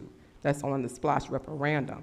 And so the constituents have been asking me questions about it, and I did call ACCG, and they gave me the clarity, and it's also on our website, that funding cannot be given to nonprofits. Right. So I want to make sure for me voting that I'm not doing something wrong. Absolutely not. So there, like Newton Trails, can you explain that? right. So I don't want to dive into a million specific examples, but for instance, the county-owned facility where Nelson Heights operates, that's a county-owned facility. If we engage in a capital project on that county-owned facility, that's an appropriate SPOS expenditure, as provided it is a county-owned facility and it is a capital project. So building a bathroom, expanding a building, adding gazebos and things like that, those are capital expenditures, and provided it's on county-owned property, it's totally acceptable. There's been an issue recently regarding a park improvement that was on the previous SPOS, and there's been a request by a nonprofit that says, give us our money. Well, we can't give them money. We can fund a capital project, and if it happens to be for the park that they're operating on, that's acceptable, but we can't write a nonprofit a check out of SPOS. Can you please elaborate on Newton Trails and how they can get SPOS dollars from the county? Right, so Newton Trails, again, it's property owned or operated by a governmental entity, and as long as the trail project is our project, we can fund our project. So it's a matter of whether it's a capital project or not a capital project is really what it boils down to. So again, we're not going to hand money over to any entity. We can fund capital projects, and that's what we would be doing. Okay. Any other questions? I'm happy Any to. more questions? I feel like it was a law school exam. I hope I passed. I want to make sure I'm voting correctly, so I will ask questions. Yes, okay. We did get a motion. All in favor? It passes 5-0. Thank you. Thank you. Chairman, the next item on the agenda is item number 11. Our presenter is going to be Director Brittany White, Finance, seeking approval of memorandum of understanding between Newton County and Newton Trails regarding the county dispersing the condemnation funds to be utilized for renovation of the Alcovy River Bridge. Welcome. Thank you. Good evening. Great job with the finances as well. Thank you. Appreciate it. Tonight we have an MOU before you that is, it's regarding a federal condemnation case where we received funding back in May. We received $110,445.65. The legality of that case, Patrick could probably explain that a little bit better than myself. But ultimately, the county owns property on Cricket Frog Trail, and that is where the condemnation funds came from. So we are seeking approval to turn over the $110,000 that the county received to Newton Trails, since Newton Trails is the ones who operate the facility. And then that would be to cover the Alcovy River Bridge project. Thank you. Commissioner Edwards, please. Thank you, Mr. Chairman. This time I'd like to make a motion to approve an MOU between Newton County and Newton County Trails regarding the county dispersing the condemnation funds to be utilized for the renovation of the Alcovy River Bridge. Can I get a second, please? Second. It's been motioned by Commissioner Edwards and second by Commissioner Cowan. Any discussion? All in favor? It passed 5-0. Thank you so much. Chairman, the next item we have on the agenda is item number 12 for iParametrics. Our presenter is Ms. Kennedy Shannon. It's an update on the ARPA program. We also added the discussion of the $1 million commissioner's allocation, as well as the $15,000 for Pastor Lett and ARPA funds for salaries to be added to number 12. Good evening, Commissioners and Chairman. So let me make one correction. So we didn't amend the agenda to add the $15,000, but Commissioner Henderson did ask to speak on that at that time. So I just want to make sure we do it right. Go ahead. Thank you. Okay, great. How is everyone? Great. How you doing? Awesome. So I'm here today to give you guys an update. I want to do mortgage rental assistance and utility assistance last because there's some things we need to get the commission to agree to for that program. So as far as the Youth Commission is concerned, we are in the final stages of building out that application. I've had communication with some members of the commission, including Commissioner Saunders, and we took your recommendations and put it into the final version. So the application will be online. It will allow the youth to apply. Depending on the district that they live in, it will send that application to that commissioner so that each commissioner will see the youth in their district and will be able to make a selection from those youth and make that appointment. The application will consist of general information. There's a 500-word essay that has to be attached to the application for the youth to explain why they want to serve. There will be an opportunity for them to upload a copy of their report card because there's a GPA requirement. There will also be an opportunity for them to upload any letters or recommendations from teachers or from clergy or from anybody in the community that want to recommend that they serve. I anticipate that can go live by next Friday as a start date for that, and we can talk about, I think we originally said we wanted to keep it open for 30 days so that the youth have an opportunity to go and apply for that. We can also do a social media blast, and then each of you can then blast to your districts to let the youth know in the community that this opportunity is available and that they can apply. So that's what we got for the Youth Commission. Are there any questions about that?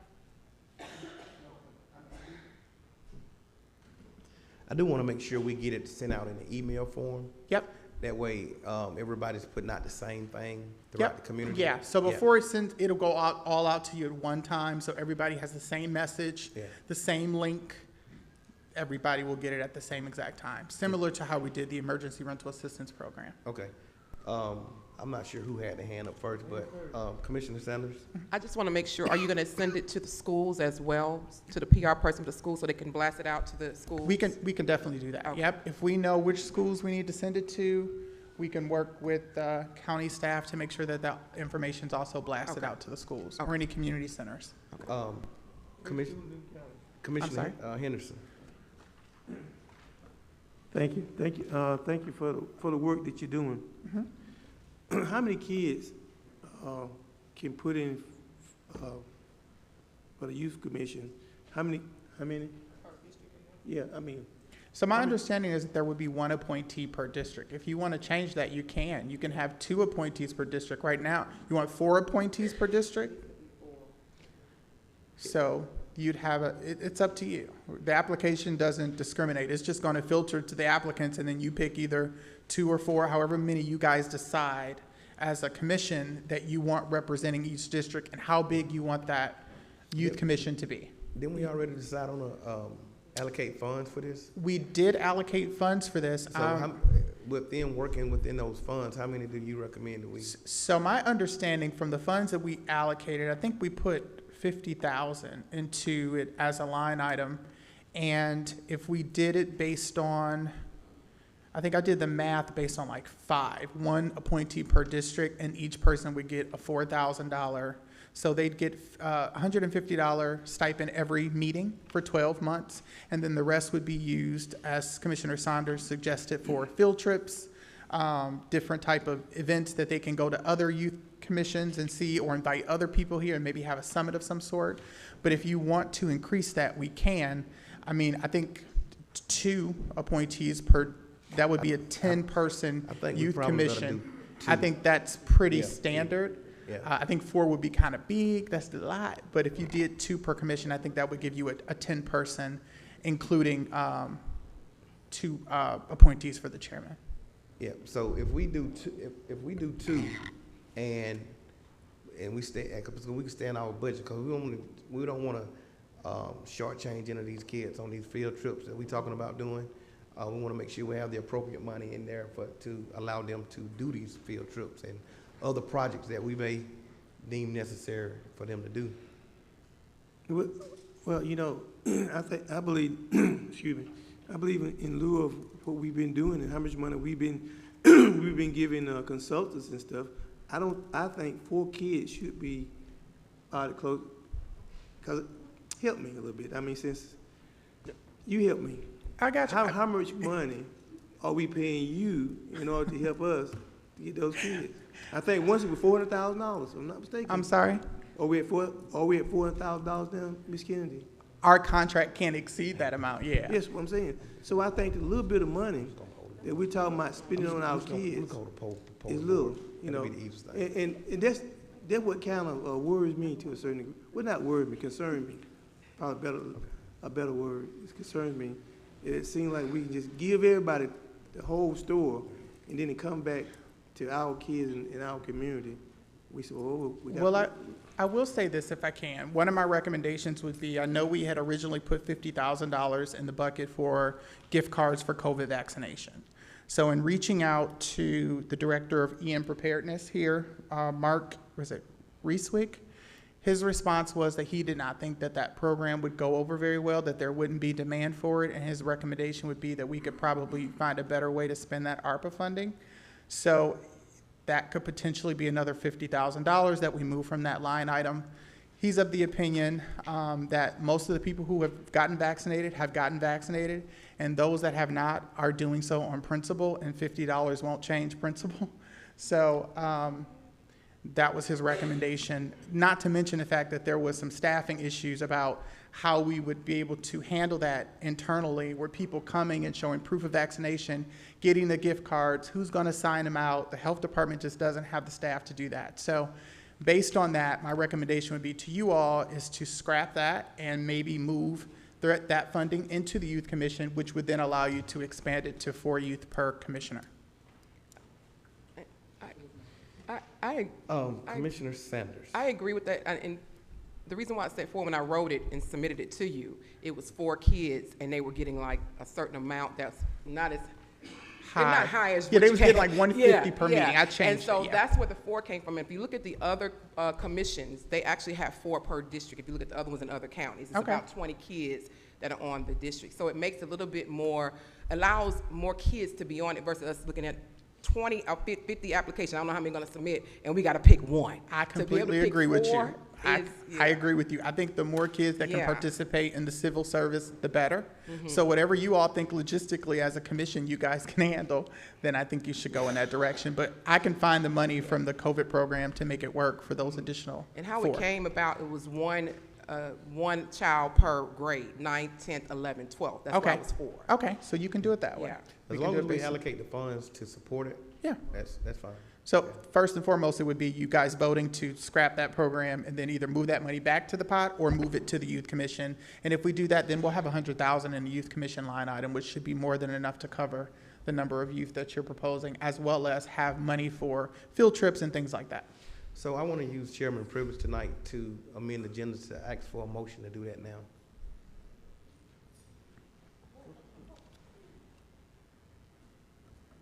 So move as stated by the chairman. Thank you. Can I get a second? Second. It's been motioned by Commissioner Henderson and second by Commissioner Mason. Any discussion? All in favor? It passes. So Great. So it's $100,000 in that budget now. So I'll move accordingly with that and we're looking at- redo that based on that. And we're looking That at- won't affect the go live date, just so you know. And we're looking at 4 kids 4. per, okay. Absolutely. Okay.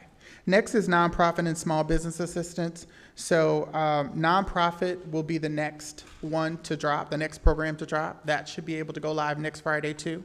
So nonprofit will consist of 3 programs in 1 application. That is general nonprofit assistance, which will be assistance based on the loss of revenue that a nonprofit shows as a result of COVID.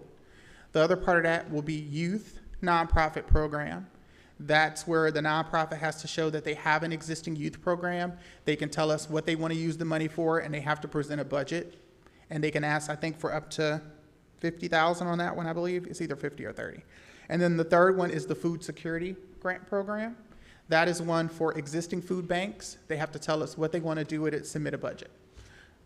I thought it was for those that wanted to start up a food bank as well. So actually, Commissioner Edwards had changed it, and he said he only wanted to focus on existing food pantries. He did not want it to focus on new food pantries. So I think we changed that, if my understanding is correct. Is it? Okay. Okay. Okay. So that's the criteria for that. So, again, I'm gonna ask that you put this in an email Yep. so that All of it will go out to you all. So how I usually do it is I send it to the chairman and county manager. everybody. Then they send it to you guys, Yeah. to the group. Okay. So that everything will go out in the same message, the same marketing with that. So a nonprofit potentially who has a loss in revenue, who does youth programming and has a food pantry could potentially get up to the max of $180,000 per nonprofit, assuming that they max out of each of those categories. The one category, assistance to nonprofit, is dependent upon the income that they can show that they lost related to COVID. So they have to show their 990s. So if they show their 2020 2990 and they made 100,000, and their 2021 990 says they made 50,000, they have a reduction of 50,000 in income. They can get a grant for 50,000. So it has to be proportionate to their loss of income as it relates to COVID. Okay, thank you.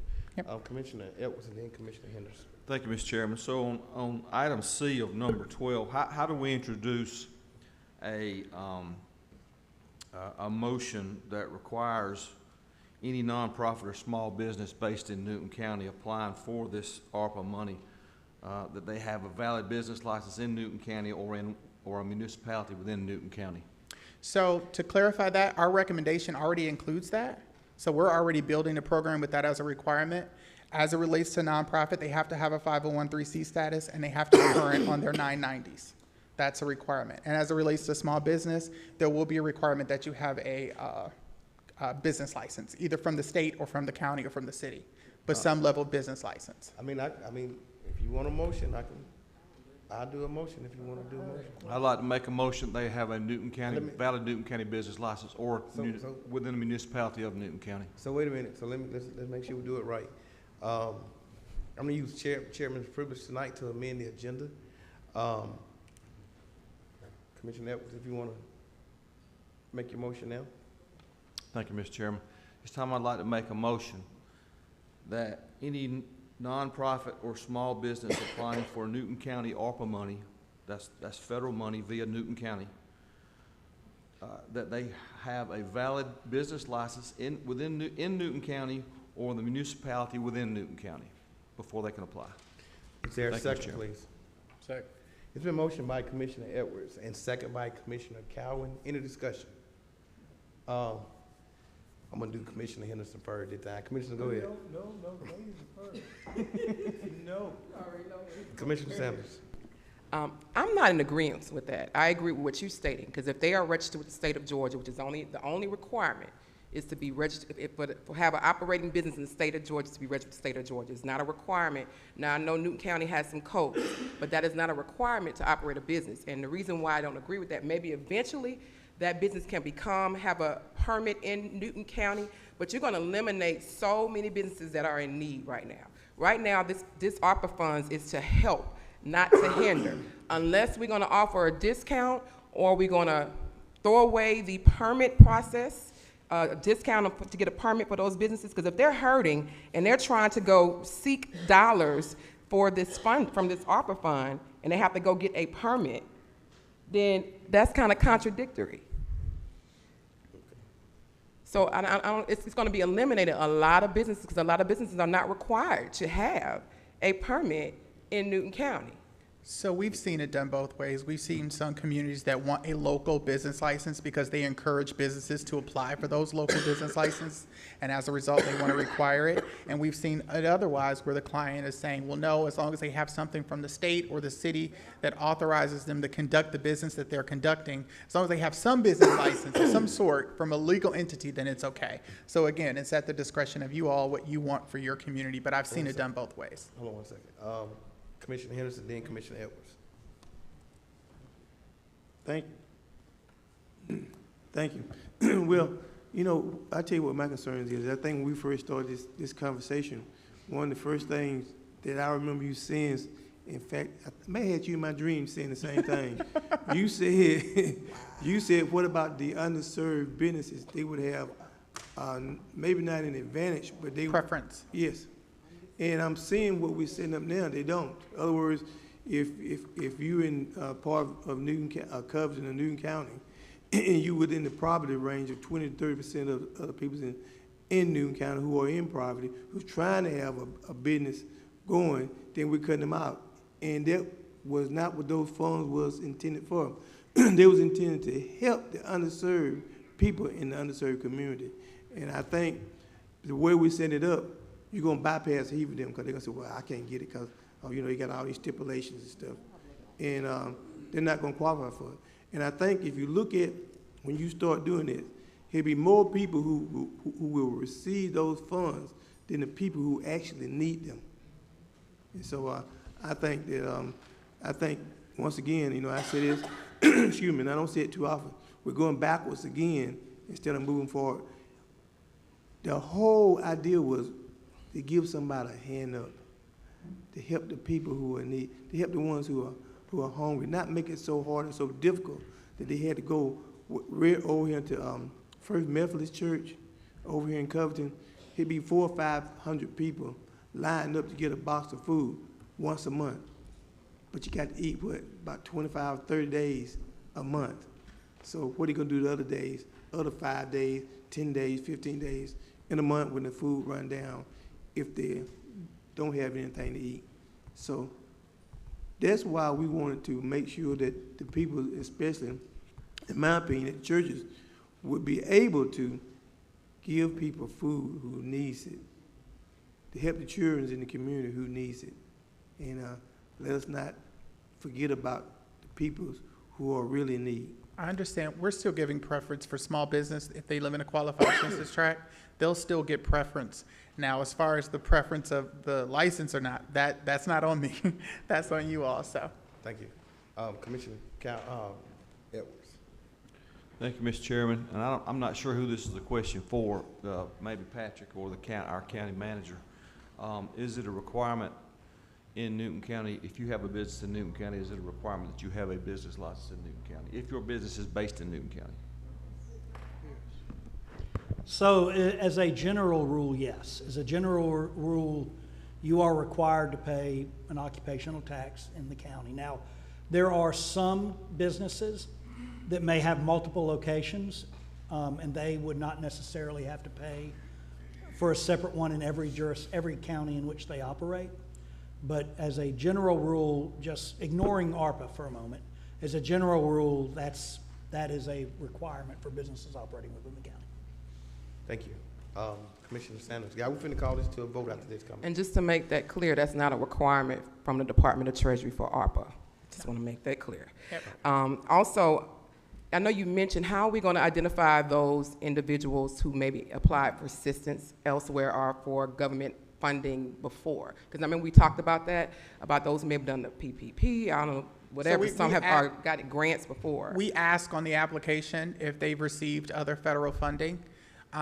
Honestly, it's the honor system. I mean, PPP data is public, so we can check. So if they say no, they haven't gotten PPP, we can see that because it's public data. But if they got another type of grant from somewhere else, it won't bar them from getting this assistance because PPP was kind of further in the pandemic and this is now, so there's no duplication of benefit.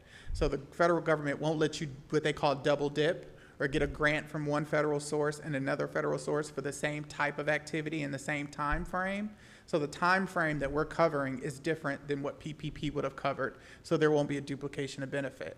We've had some communities say, if you got a PPP loan, you can't get ARPA. Mm-hmm. We've had some communities say, if you got a PPP loan or any of the CARES Act funds, you can't get ARPA because we want to give the other businesses an opportunity to get it. So that would be up to you all if you want to limit people who receive PPP from being able to get this funding, or at least put those who didn't get PPP ahead of those who did in the processing. I agree with that. And then if we're looking for those businesses who may not have the license here in Newton County, why don't we work with our Chamber of Commerce and do a business drive to make sure they have the permit? But I don't think they should be limited for applying for these funds right now if they are definitely in need. And then you said it also goes to certain census tracts first, right? Yes, qualified census tracts. And that's District 3 and 4? Predominantly, yes. Thank you. All in favor? Guys, we got to call for the, go ahead, Commissioner, go ahead. I understand that. Well, but I should have the opportunity, You had if the I may, opportunity. We gave unless we you live the in old opportunity. times where you just I got say, well, about shut up. I should have the 7 opportunity to just ask them one last question, if I may. Go ahead. In you officer. Well, my question is this, is that I have had a constituent to call me, and he said that on the application, it said that if you had a PPP loan, you was ineligible. So I guess have the application went out with that on it, or are we gonna change it some part? There has been no application gone out for small business, so I don't know what application they're speaking of. Well, my message to him, if he's listening, is that you can apply for it. Yeah, unless you guys vote that PPP is exclusionary, it is not that way right now.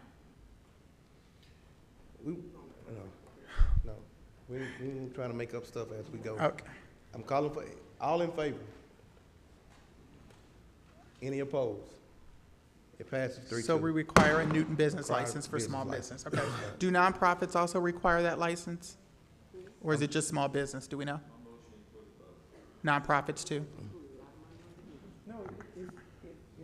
Gotcha. All right, one other thing. So I've got about 4 things that we need to get straightened out so that we can get this going.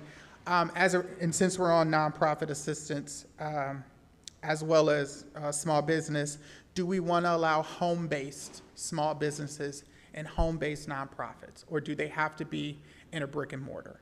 We've had multiple communities say they want to do non-home-based and only brick and mortar. We have some that say they want to do home-based businesses and home-based nonprofits. So home-based for both. Definitely. Okay, yes. perfect. All right. So now let's get to mortgage, rental, and utility assistance. This is where I need some guidance from you all. We have currently 249 applications in the system. We have seen a plethora of different applicants come in from one end of the spectrum to the other end of the spectrum. We had someone apply and their rent was $6,000 a month. They lived in $1 million house and they wanted back rent. Clearly, they're not eligible. That's not what this program is for. That being said, we need to talk about whether or not we want to enforce an affordability aspect. So a lot of the applicants that are applying for assistance, frankly, cannot afford the units that they're in. And even if we bail them out and pay their back rent, they don't have the income going forward to not fall back in the hole of back rent. So the question then becomes, do we have some type of affordability aspect where we say, you know, based on the applicant, the most that they can spend towards their rent is 80% of their income. Anything over 80% of their income would be ineligible because it wouldn't be affordable. And I say 80% because I've had the gamut. I've had a woman who gets Social Security who makes $980 in Social Security every month, but her rent is $800 a month. She was only behind 1 month, you know, and she only had $180 left after, but she was able to pay her rent with her Social Security. Conversely, I've had people apply whose rent is $1,500 a month and they only showing $700 a month in income. So if even after we pay the arrearage, how are you going to pay the rent going forward, and what's going to prevent you from getting behind and then being evicted? And it's kind of like throwing good money after bad money. So we need to have some level, some litmus test for affordability. You know, are some people going to get up under the line and above the line? But because we have so many applicants, we need to have a bright line rule of either you're under 80% of your income or you're over 80% of your income and you're not eligible, because otherwise we're doing it on a case-by-case basis, and it is slowing up the process to have the case managers literally working these cases one by one. So that's one issue we need to address, is whether or not we want to have an affordability requirement. The second is, so can you tell us how, and we got so my recommendation would be 80%. Okay, so for the ones that's already been approved, how you handle that? We've been working on that 80% number for the ones that have been approved for the most part, kind of because we thought that was arbitrarily fair, but we wanted to come to you to get something hard and concrete, because without guidance from you, we don't know which way to go as it relates to affordability. Okay. So we said 80%. HUD for Section 8 requires 30% of your income. So by us going up 80%, we're going to the top. Like, we're saying 80% of your income can go towards rent, and we'll pay that back rent and go forward. But anything over 80% calls into question how you will be able to pay your rent going forward.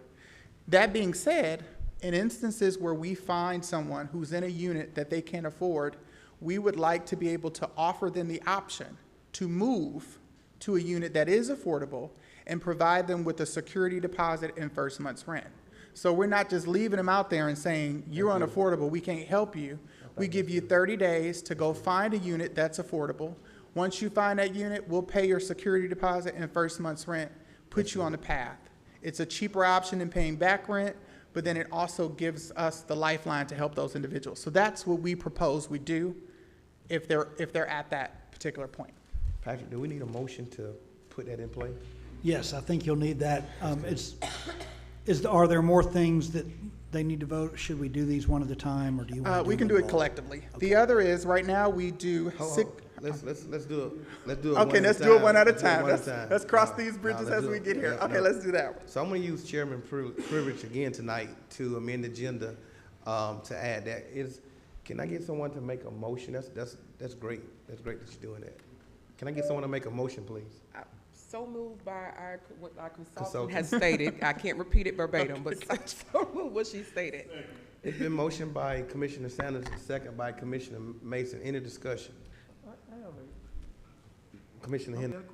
Just got a question, Randy. The question that I have is that the other company that we had distributing money, there was, what I read in the paper, it was about $300,000 that had been taken. Have that been, the money that we recruit, have that been put back into that budget? So it was $483,000, and yes, it has been returned. So it's back in our bank account. Thank you. Any more discussion? Commissioner Not Sanders. discussion. I want to thank you for adding that, because we've had some constituents recently, because of our housing crisis. We do have a housing crisis in Newton County. We got to establish that. We have one. We got to do something about it, commissioners. People cannot afford their rent. So we got to do something. I've been saying it for a year. But thank you so much for bringing that forth, because that's been an issue, because the new requirements of having a certain amount of deposit down, your first month rent and all that, they cannot afford it. So thank you so much. I appreciate it. No problem. Thank you. Again, I need that sent to us in the email. Absolutely. All right. Gotcha. Okay. Next is did you vote? We need to Oh, vote. I'm sorry. Yep. Didn't do it. Can I get all in favor? It passed 5-0. Awesome. It was. Next. So right now we're doing 6 months of rental arrears, and then we take them 2 months forward. And for mortgage assistance, we're doing 3 months of mortgage arrears and 1 month forward. The question is, do you want to put mortgage on parity with rent? Do you want to pay 6 months of back mortgage and 2 months forward for mortgages too? The reason we defined it as 3, because usually once you get 3 months behind, you're at risk of foreclosure. Can you say that one more time? Yes. So for rental assistance, we're doing 6 months back and 2 months forward for rent. 6 months back, 2 months forward, for a total of 8 months of assistance. Okay. For mortgage assistance, we're doing 3 months back and 1 month forward. So we're getting you out of foreclosure territory by paying those 3 months you owe, plus 1 month to give you a breather, and then you got to take over for yourself at that point. They're not the same. Obviously, renters get more assistance than mortgagers. The question is, do you want to keep it that way, or do you want mortgagers to be able to get 6 months back mortgage payments just like renters do? Sure. Is there a program to where people who have homes can live in their house 6 months without paying? I thought after 3 months. Let me tell you something, Commissioner. I'm seeing people with, that's my next question. That's my next question. It's people with 11 months, 12 months, 9 months of back rent. Yes. Okay, so for the rent, and I heard you say 8 months of rent. Total, 6 months back, 2 months forward. You're educating me right now, because I didn't know that landlords were allowing people to stay in the homes 8 months back unless there's still a federal mandate in place. It's a lot of them. We're getting a lot of them. And to piggyback on that, because it's part of it, we're finding people where 6 months back doesn't cure the arrearage, so they still owe something. So our question is, do we pay what we can and then just leave them with the rest, because they can't pay the rest either? So it's like, if they're 8 months behind, and we can only do 6 months behind, that leaves a balance. And unless the landlord is willing to accept our assistance as full payment of the arrears, meaning they're willing to waive any additional, then that tenant would ultimately be on the hook for that. And if the tenant's saying they can't afford it, I mean, we're paying money, and then the landlord could potentially still evict them because they're still 2 months due. So, I'm of the opinion if the 6 months won't clear it, then we give them the option to move and maybe offer them a first month security. My only concern is paying the 8 months. What if somebody's rent is $1,200? Then you have it's probably lessing the amount you can give to somebody who needs it for 3 months. You see what I'm saying? Because that funding is going all to, and it's not being heartless, because I very much care. I was the one who really was for this rental mortgage and utility assistance. But I'm just worried about the, I didn't know. You just educated me that you can go, people were still in their homes for that long. And we use fair market value, rental value, and that's designated by HUD. So, you know, if it's a family of 8 and they're in a 4-bedroom, you know, we can pay $2,600 a month times 6 back rent. So, you know, it adds up a lot. You know, we're seeing modest rent amounts for the most part. We have seen the outliers, like I said, where the guy had $6,000 a month, lived in $1 million house, and thought we was gonna pay his back rent. And I told him, that's just not gonna happen, sir. You know, or we had situations where somebody paid $3,500 a month rent, and she had $700 worth of income. So it's like, well, ma'am, how are you paying your rent? Well, what you see on my tax form ain't really my income. Well, that's what we got to go off of, because if you don't tell it to Uncle Sam, I can't use it.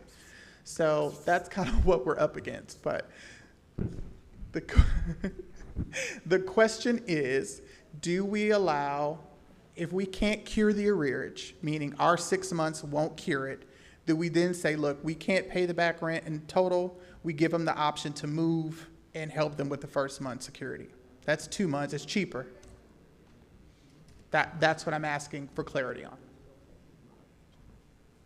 Okay. I mean, we helping. That's what we're doing. We're helping people. So. Oh, okay. My bad. I'm sorry, Commissioner Cow. My bad. Just, are you going to negotiate with the banks or with the landlords regarding the arrearage if you're not able to cure it all? So what we do is we contact the landlord and we say, look, this is what we can pay. Are you willing to waive the difference? And most landlords are saying no. Okay, what about the banks? So the banks are definitely saying no. So we go to the banks and tell them. So if somebody's beyond 6 months, and let's say they're 9 months behind, you could pay 6 months of money and then the bank foreclose on it. And then the bank says, thank you very much for catching us up almost, and now we're going to foreclose. And then they're going to sue them for the difference anyway. Exactly. I don't like that. Yeah, I don't either. So that's why I'm asking your permission. So my opinion would be, you've got to make a decision if it's going to be, if it's beyond a certain point, I would say go to 6 months. If it's longer than that, just say, look, we're not going to win this argument with the landlord or with the bank, whatever the situation is. And we're not going to throw good money after bad, because it's just money out the door. The bank makes it, they flip the property and sell it to somebody at the courthouse steps. Yes. I don't like that. So I don't either. And in that case, I would like to offer that person to say, hey, we can't help you, but if you move to someplace affordable, we will pay your first month security, which is 2 months of assistance. I like that better. I don't want you to just be able to apply off the rip for first month security. That is only offered to you if it's determined that we can't cure your arrearage or you're in a unit that you can't afford. That will only be the time we offer that as an option. It won't be an option that people can just apply for their first month security and deposit to move into a new place. That won't be an application option. It will be only a service option to those 2 categories that I just described. So you need a time certain, 6 months, 8 months, whatever, and anything beyond that. We can't help you. You're too far behind, yeah. Okay. All right. So have we established that yet? I would like you to vote to establish that. Okay. All right. So that's part of what we need to vote on. That's what you vote now. Yep. All right. I'm good with 6 months. I don't know about the rest of y'all, but most banks ain't going to go much further than that anyway. Okay, so I'm going to use Chairman's point of privilege to amend the agenda. Commissioner Calvin, would you like to make that in the form of a motion? Yeah, I make a motion that for the purposes of ARPA funding, as it applies to mortgages and leases, if a person is beyond 6 months, that we do not catch that up, that we do offer the money forward to help them relocate. Is there a second? It's been motioned by Commissioner Cowan and second by Commissioner Sanders. Any more discussion? All in favor? It passes 5-0. I do have to ask you a question. So, yes. One of the the biggest questions that we've been getting, and I'm sure that you may know who these people are because I hadn't seen the application. I know you have. If the leasing office is unable to provide their personal identification number to you guys, what is an alternative? What you mean a personal identification number? I'm confused by that. So they're saying that they have to show their personal identification number. So and, what we and they're saying that some places it's against their policy to provide that information. I don't know why, but. So the only thing we ask of landlords is they have to provide a W-9. They have to show proof of ownership of the property. So that W-9 will have that on there. The W-9 has to have it on there. We can't cut them out a payment without their federal tax ID number or their social security number. So if they have an issue with that, then they can't get paid. All right. Yeah. Thank you, ma'am. Go. It's on you. So I think that's all I had for recommendations or try to get clarity. I'm sorry, one last thing. Okay. Nonprofit assistance. So we plan on doing general nonprofit assistance based on reduction of revenue as a single payment, because that is a grant we're giving to the nonprofit in response to their reduction of revenue, right? But for the other two, it will be reimbursement based. So for food pantry, youth programming, it will be reimbursement based. They will submit receipts to us on a monthly basis. They would get reimbursed based on the budget and the program description that they put in their application. But for the general nonprofit assistance, that will be a single payment made to the nonprofit in a check, because that is based off of clear Treasury guidelines of reduction of revenue based on their 990s. And that doesn't have to be reimbursed. So I got a quick question about the food pantry. So we're not doing startup food pantry, is that correct? Correct. They have to be existing. Okay, so, and I forget what you said. I think you said that they can utilize that money to build the pantry, expand So on if it? they're an existing food pantry, and so we've seen like existing food pantries are building these things that kind of look like grocery stores, so people don't feel like they're getting a handout. You know, they can go in and actually shop. They get assigned points as a family, and they can go pick the items they want. So that would be something that this grant could be utilized for, is building something like that out, buying refrigeration equipment, buying food, but it all has to tie back to the food service or providing some type of service in that category. Okay, thanks. You're welcome. And lastly, before you go, so I know you heard Pastor Lett when she came up. Yes. Commissioner Henderson wanted to see how can we use ARPA funds to continue to February the 8th. I think it was $15,000 is what needed. Can you talk to us That's about an that? allowable use. If you wanted to extend her assistance for $15,000 in order to allow her to operate to the end of February to cover payroll, that would be something that ARPA would allow if you voted for it. I want to take this opportunity to use chairman privilege tonight to make that part of the agenda. Commissioner Henderson, if you want to make that this opportunity, you can do it at this point. Well, thank you. And I'm also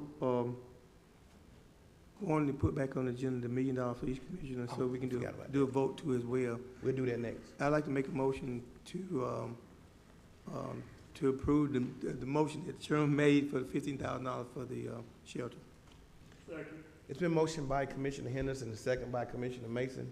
Any discussion? All in favor? Thank you. It passes. So to address the $1 million $1 question, thank you. my understanding was that you all voted to take the $1 million away from each commissioner, put it back into a pot, and establish the programs that we currently have. That was my understanding. Am I mistaken? We did. But, yep, Commissioner Mason, go ahead. We gave it back to her. That was in the same one where we raised the amount for nonprofit assistance and we put another $1 million in there. That was the trade-off or the conversation we had about that. That's correct. That is exactly what we did. But it doesn't negate that those that we already had selected cannot apply. Correct. They can still go in and apply for this particular program. Correct. They meet the definition of a nonprofit. They have a reduction in revenue, yeah.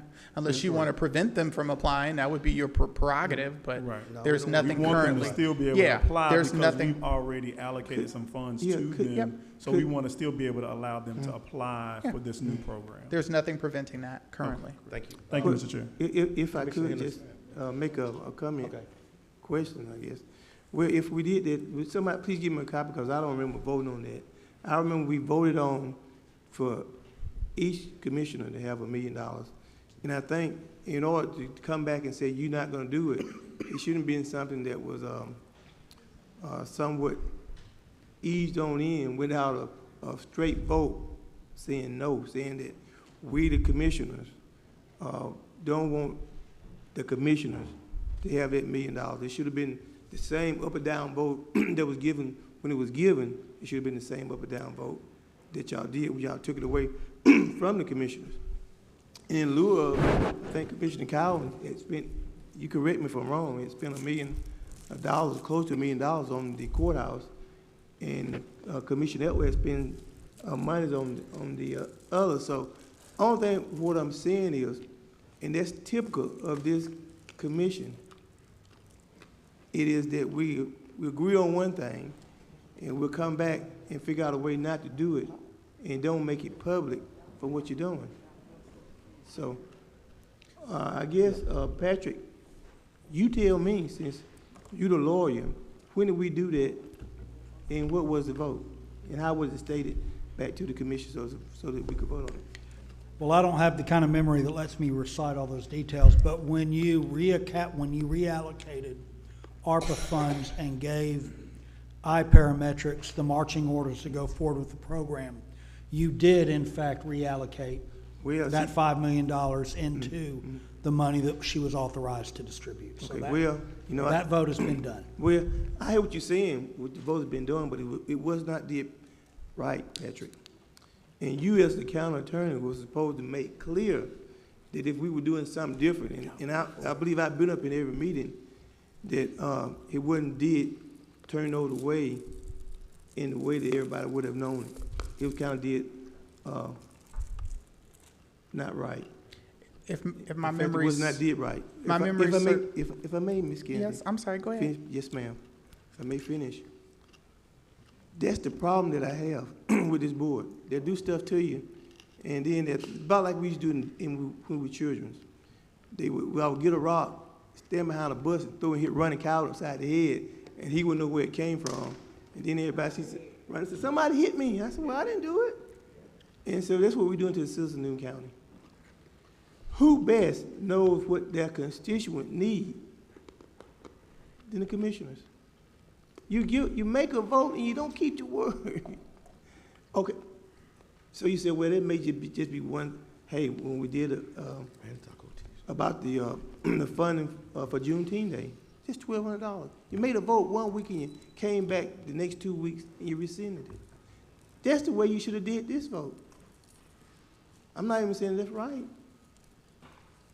But one thing I can say about me, I'm talking about me. I'm not going to lie to you, and I'm not going to do stuff underhanded to you. Thank you. Commissioner Gowan. I guess you're through with your. Yes. Okay. We talked about the housing assistance or rehabilitation of housing that is allowed under ARPA. Where are you at on the guidelines for that? For senior home repair, so we have senior home repair and low-income home repair, and we'll have small business assistance. The plan is to roll both of those out in March, April. We didn't want to roll all these programs out at one time, one, because it would put a strain on your financial system, because Brittany's cutting all these checks, all these rental checks, all these landlord checks, utility checks. So we started with the most pressing ones, which I thought were rental assistance and nonprofits were the one that I heard were the most pressing. And then once those, as rental assistance starts to taper off, we've got nonprofit, and then we'll roll into small business assistance, then we'll roll into senior and low-income home repair, which I think home repair programs are better suited for warm weather, especially when you're getting roofs and stuff done like that. So it made sense to do that during that period of time. Okay. But yes, we are in the process of building out those systems, building out those eligibility criteria application, and those will be distributed amongst the group, just like all the other programs. Is there a dollar amount cap on that? So I believe for small businesses, we said they can get up to 20,000 or 25,000 per small business, if memory serves me correct. And for the senior and low-income home repair, I thought it was up to $15,000 per repair. And it had to be for things like roofing, HVAC, sidewalks or walkways for disabilities. Plumbing, maybe? Plumbing, windows, Electrical. anything related to Gotcha. habitability and making the house habitable for individuals who are seniors or low-income homeowners. Okay. So we're covering renters and we're covering homeowners. Everybody's gonna get a piece of ARPA. Okay. One other question on that. Will we need to get an assessment from a licensed contractor? to do So that? it will require each person to get 3 bids from 3 contractors. They have to go with the lowest bid. Gotcha. Yes. Commissioner Mason. Thank you, Mr. Chair. Just to add to the previous conversation in regards to the $1 million, I think when we actually made the decision, you as a consultant were not on board. And I think when you came on board, you were doing your best to try to help us make sure that we had Correct. a great program. And you stated that some of the things that maybe we had allocated would have been a conflict of interest. Correct. And you wanted to make sure that we didn't have remove that. We want to remove that conflict of interest so we can put it in a general bucket. Absolutely. So that those entities that would have been a conflict of interest could Can still apply. Absolutely. And So they still can. That's correct. So I just wanted to put that out there. We wanted to eliminate the potential conflict of interest Yes. that had been that could have potentially been put in place with the original way that we did it. So you wanted to remove that conflict of Absolutely. interest. Make it a general, open, Right. competitive process. That's That way correct. it removes your personal decision of That's saying correct. you get ARPA money, but you don't. That's correct. Exactly. Okay. So I just wanted to get clarity on that as well. Absolutely. Thank you, Yeah. Mr. Chair. That's all I got for now. I know I gotta come back up in a minute. Yeah, but- come on, guys, we gotta move, we gotta move, we gotta move, we gotta, Commissioner Sanders, go ahead, Commissioner Sanders, go ahead. Well, every time I say something, you look at Commissioner Sanders. No, she did, you had Just joking. Go ahead, But, Commissioner Sanders. just let me say this. That was not the true reason that when we called you in, we talked to you. When you came up here, Ms. Man, y'all Kennedy, tripping. what you said was that your job, your purpose was to make sure that the projects that the commissioner had, you were to make sure that they're under ARPA funding, that we could do them. It wasn't to come up here and change it the way my good friend was talking about, Commissioner. We were talking, Commissioner DeMond was talking about. It was to make sure that they were ARPA fund approved. And everything that I had asked for, I gave you a list. I even gave one to you personally. I gave you the list, and you looked at those, and you said, well, yeah, they are ARPA funding. And so to come back the next week or two, or month, and tell me or tell us that, no, these good projects, ARPA funding, said, but we don't want to do this way, said, because the people might talk. Well, people are going to talk regardless of what you do, but most of that money was sent down was to help people who in the underserved community, the kids who are supposed to be tutored, to help them to get a teacher because the math scores were so low in the community, to help them, to help the children, to help the old folks, like you said, with a roof, but some of them can't wait the summertime, and then the roof that you put on them. To help with the plumbing. Some of the people plumbing light bills are so high, it can't wait the summertime. And so, I think at least myself personally, and I'm the type of person I just say what I say, personally, that this kind of still set people who will look for the service, they're not going to get it. And lastly, people, the old folks who can't do computers, where do they go and put in for it? They can't use a computer. They don't got a phone number that they can call somebody and tell them about it. So we actually have something on the agenda to ask for funding for computers so that we can have people go out and provide services to the seniors. So that's actually something that's on the agenda later on, I believe. Yeah, thank you so much. Okay. Greatly appreciate you. Thank you. Chairman, the next item we have on the agenda is item number 13, our we're actually going to have our director, Ms. Brittany White, come. It's the County Manager Finance ARPA Revenue Replacement Proposed Updates. It is time sensitive. The funding source is ARPA. Budgeted no, but a match yes for $25,255. Thank you. Thank you, Brittany. We are seeking just a slight change in the allocation for the revenue replacement project from the ARPA funds. So the first change would be to switch the boom mower that we first originally requested in the ARPA funds that was in Public Works over to 2 tractors instead. The reason for this is Public Works has had a boom mower that's been on order since January 2022 and it's still yet to come in. So to better utilize these funds and to quickly get to utilizing these, they would like to request 2 additional tractors. And this will allow them to, excuse me, this will allow them to start a second mowing crew in the spring when mowing season starts. And then the second request, so that's a difference of $40,000. It's actually $40,000 less than what their original request was. The second request is for an additional $65,000 for senior services vans. When they first got quotes on the vans, they were $105,000.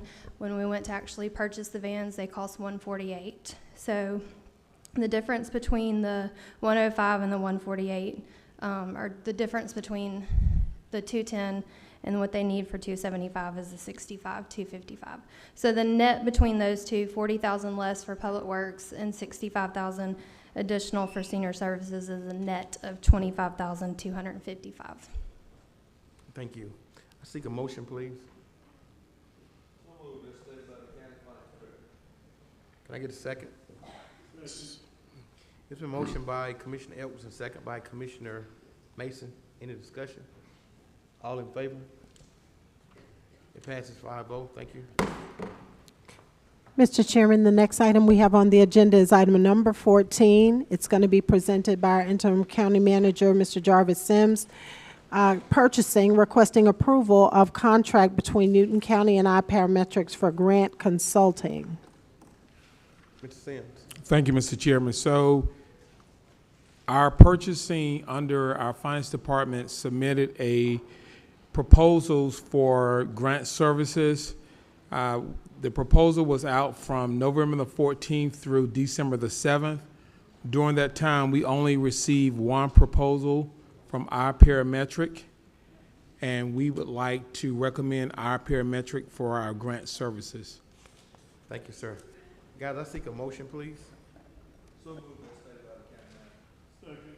It's been motioned by Commissioner Edwards and second by Commissioner Mason. Any discussion?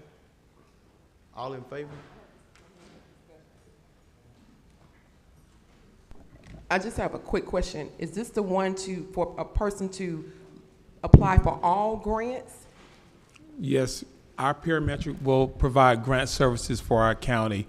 Their process will be interacting with each of the departments to identify potential grant opportunities, and then at that point, we would go ahead and submit those types of grants. The reason why I'm asking, because there is a search out with a description of the person who's going to be the grant writer.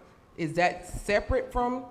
Because I'm a little confused. That job opportunity should be removed. No, it's out there. It's out there. So we'll make sure that's removed from the website. That might be an issue, because you have people that applied to be the grant writer. So how did you contact those people who applied to be the grant writer versus now going to consultant base? Because I don't remember us even discussing us going to having a consultant versus having a person who is here planted at Newton County, or we talked about hybrid. I remember you and I conversed about hybrid, and you said also in the meeting, but we didn't talk about a consultant. We talked about having a specific staff member as a grant writer. So thank you for that observation, Commissioner Sanders. We've had that position out for quite a length of time. We've received very few qualified applicants for the position, and at this point, we decided to go ahead and submit before you all a proposal to have some grant services for the county, being that we've only received very few qualified applicants for the job. And where was this published? Because I'm gonna be honest with you. When this was put on the agenda, I received calls from constituents, like, where was this posted? And that's our also issue with our county. And I meant to mention that when we presented the website. That proposal link needs to be seen on that website, visible, to where people can see and apply for grants or apply for consultant or write for proposals and put their bids in. I did not hear anything, and maybe it's me, I'll take it on me. I didn't hear about us looking for a consultant. The last discussion we had was looking for a grant writer, and we was increasing the pay, because I remember I said the pay was not good enough, and then we said it was gonna make it hybrid. So where was the consultant portion posted? Because that has been an issue, which you heard some residents come up and say, when did this bid go out? Obviously, they were not aware as well. So Commissioner Sanders, we did actually include different language for the job posting, and we still receive very few qualified applicants for the position. One of the things that the board recommended for us was to update our website. And as you can see, the website is now more transparent and allows potential applicants to apply for jobs or also apply for RFPs. So that was one of the things that you all asked, and that's one of the deliverables that we completed. Thank you. Commissioner Mason. Thank you, Mr. Chair. So was the grant writer services position on the website as well? Because I think I remember seeing the grant writer services on the website. The grant writing services for proposal? Yes. Yes. So they were both out there, the one Yes. for grant writer services and the one for the grant writer? Yes, but the thing is, we should only have one. So we are recommending to the board for grant services. Right. I just wanted to make sure that it was clarity that both of those were out there, the grant writing services, the consultant for the grant writing services, as well as the actual grant writer. Both of them were listed on the website. That's all. I just want to provide clarity. That's correct. Okay. Thank you, Mr. Chair. Thank you. All in favor?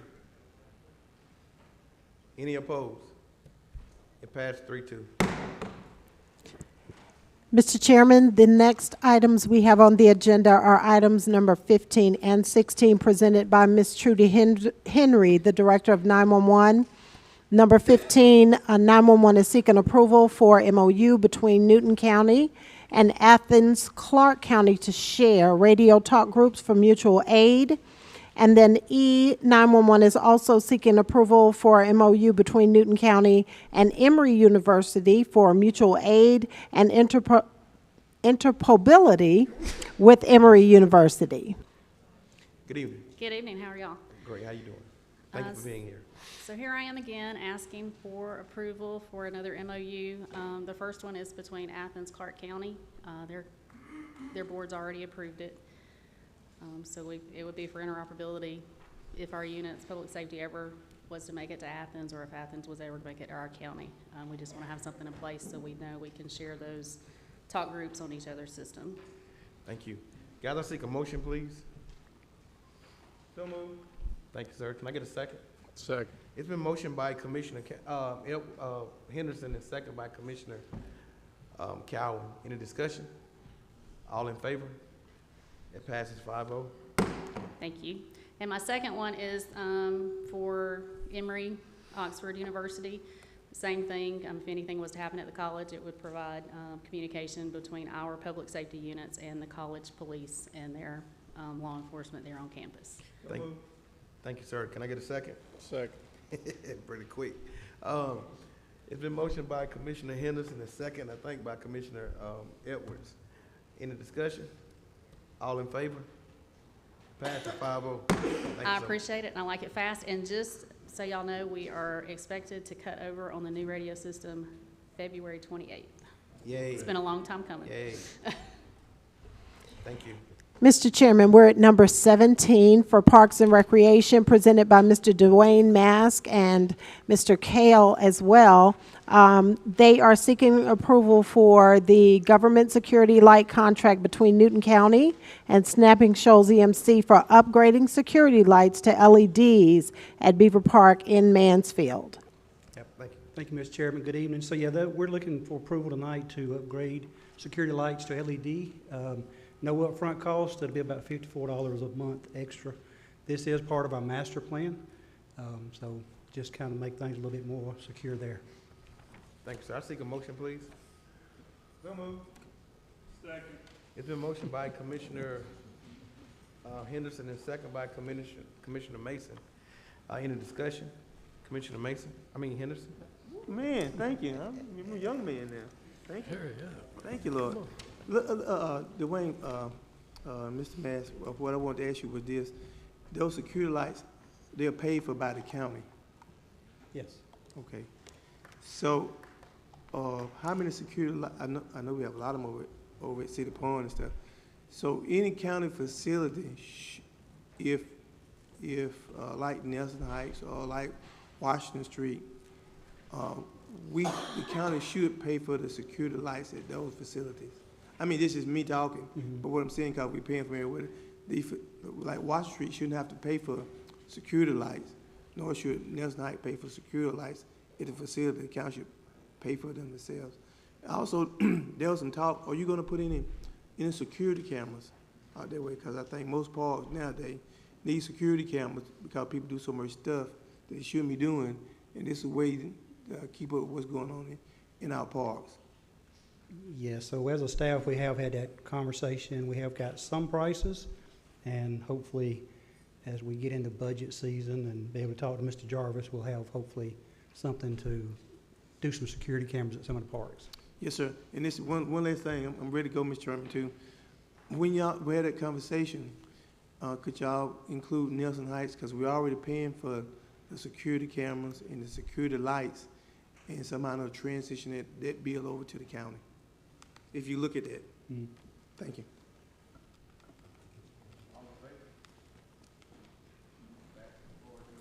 Thank you. Mr. Chairman, we're at number 18 for planning and development. It's going to be presented by our new director, Ms. Shana Applewaite, seeking approval of contract between Newton County and Safe Built Georgia LLC for development services consultant, not to exceed $130,000. Funding source is general fund, and yes, it has been budgeted. Thank you. Congratulations. Thank you, Chairman. Yes, ma'am. Chairman, yes, just as Ms. Ham said, this is the second company that we have contracted in development services to assist with building inspections and permit intake and so on. And it is for $30,000 and budgeted. We're seeking approval for that. Thank you, ma'am. I seek a motion, please.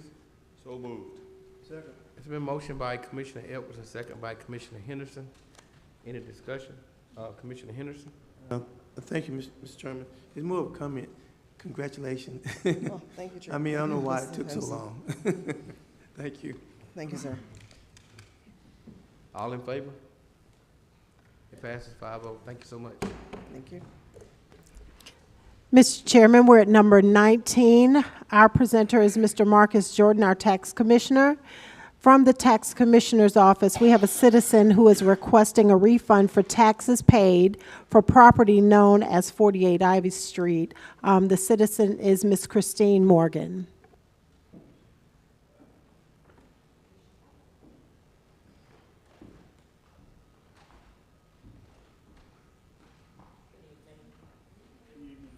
Good evening. I'll go ahead and allow you to kind of introduce yourself.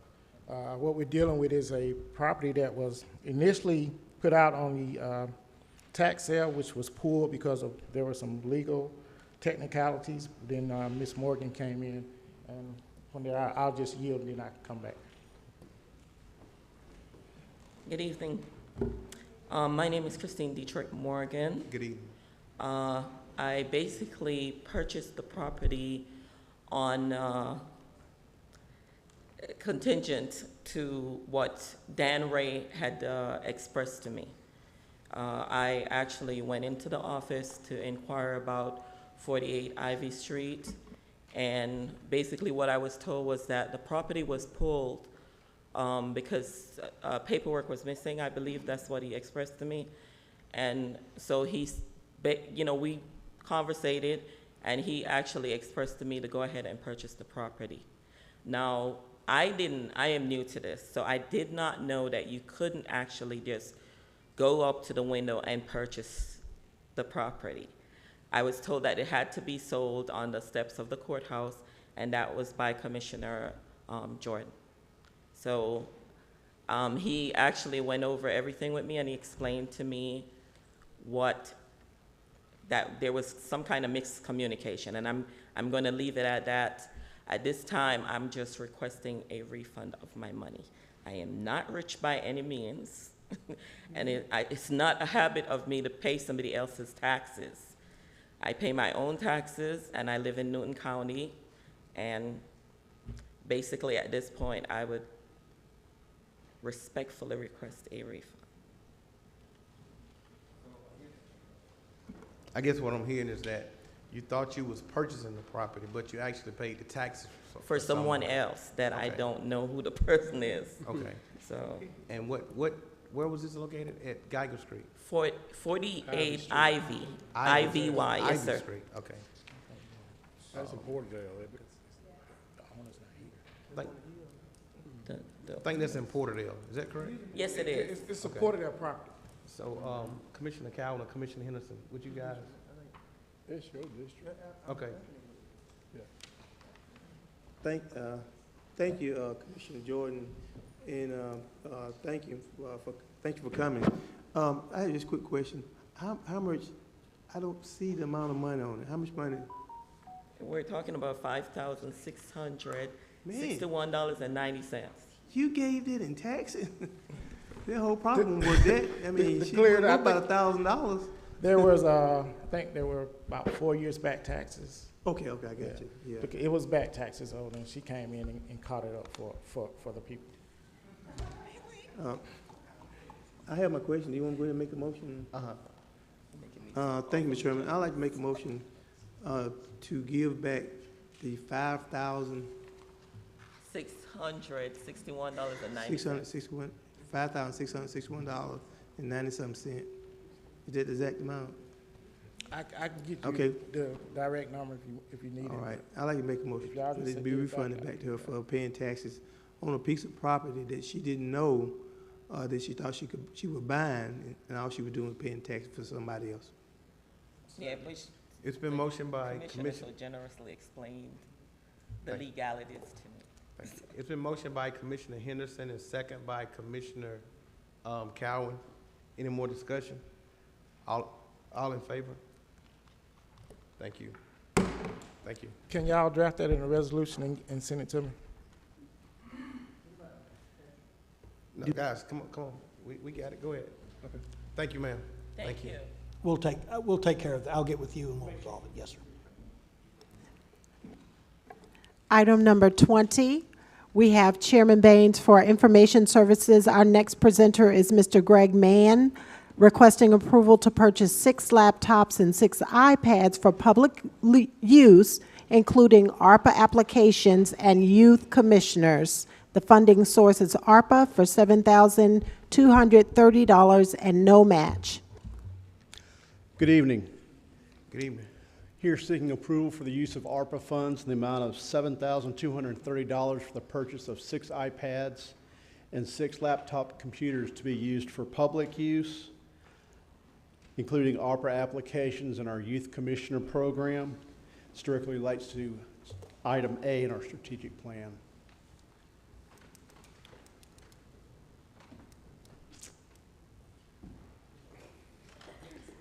All right. Go ahead, sir. Sir, thank you, Mr. Chairman. With the change of the number of youth commissioners, Thank you, sir. I think we might want to adjust that. Yeah. What would you, can you come up, please? Yes.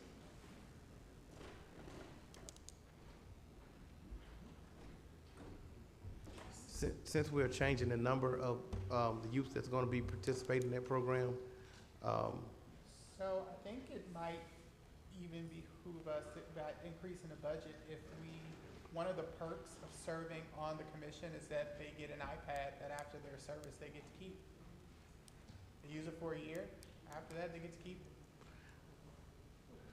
I don't have a problem with that, but I'm hoping that we'll be able to keep this program going.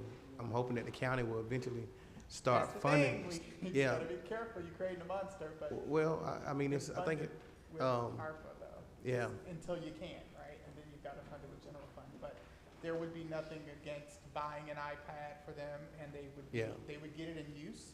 They would have to use it for the 12 months of service, and then at the end of that 12 months, they could take it with them as part of what they get for their service to the commission. Oh, God, thank you.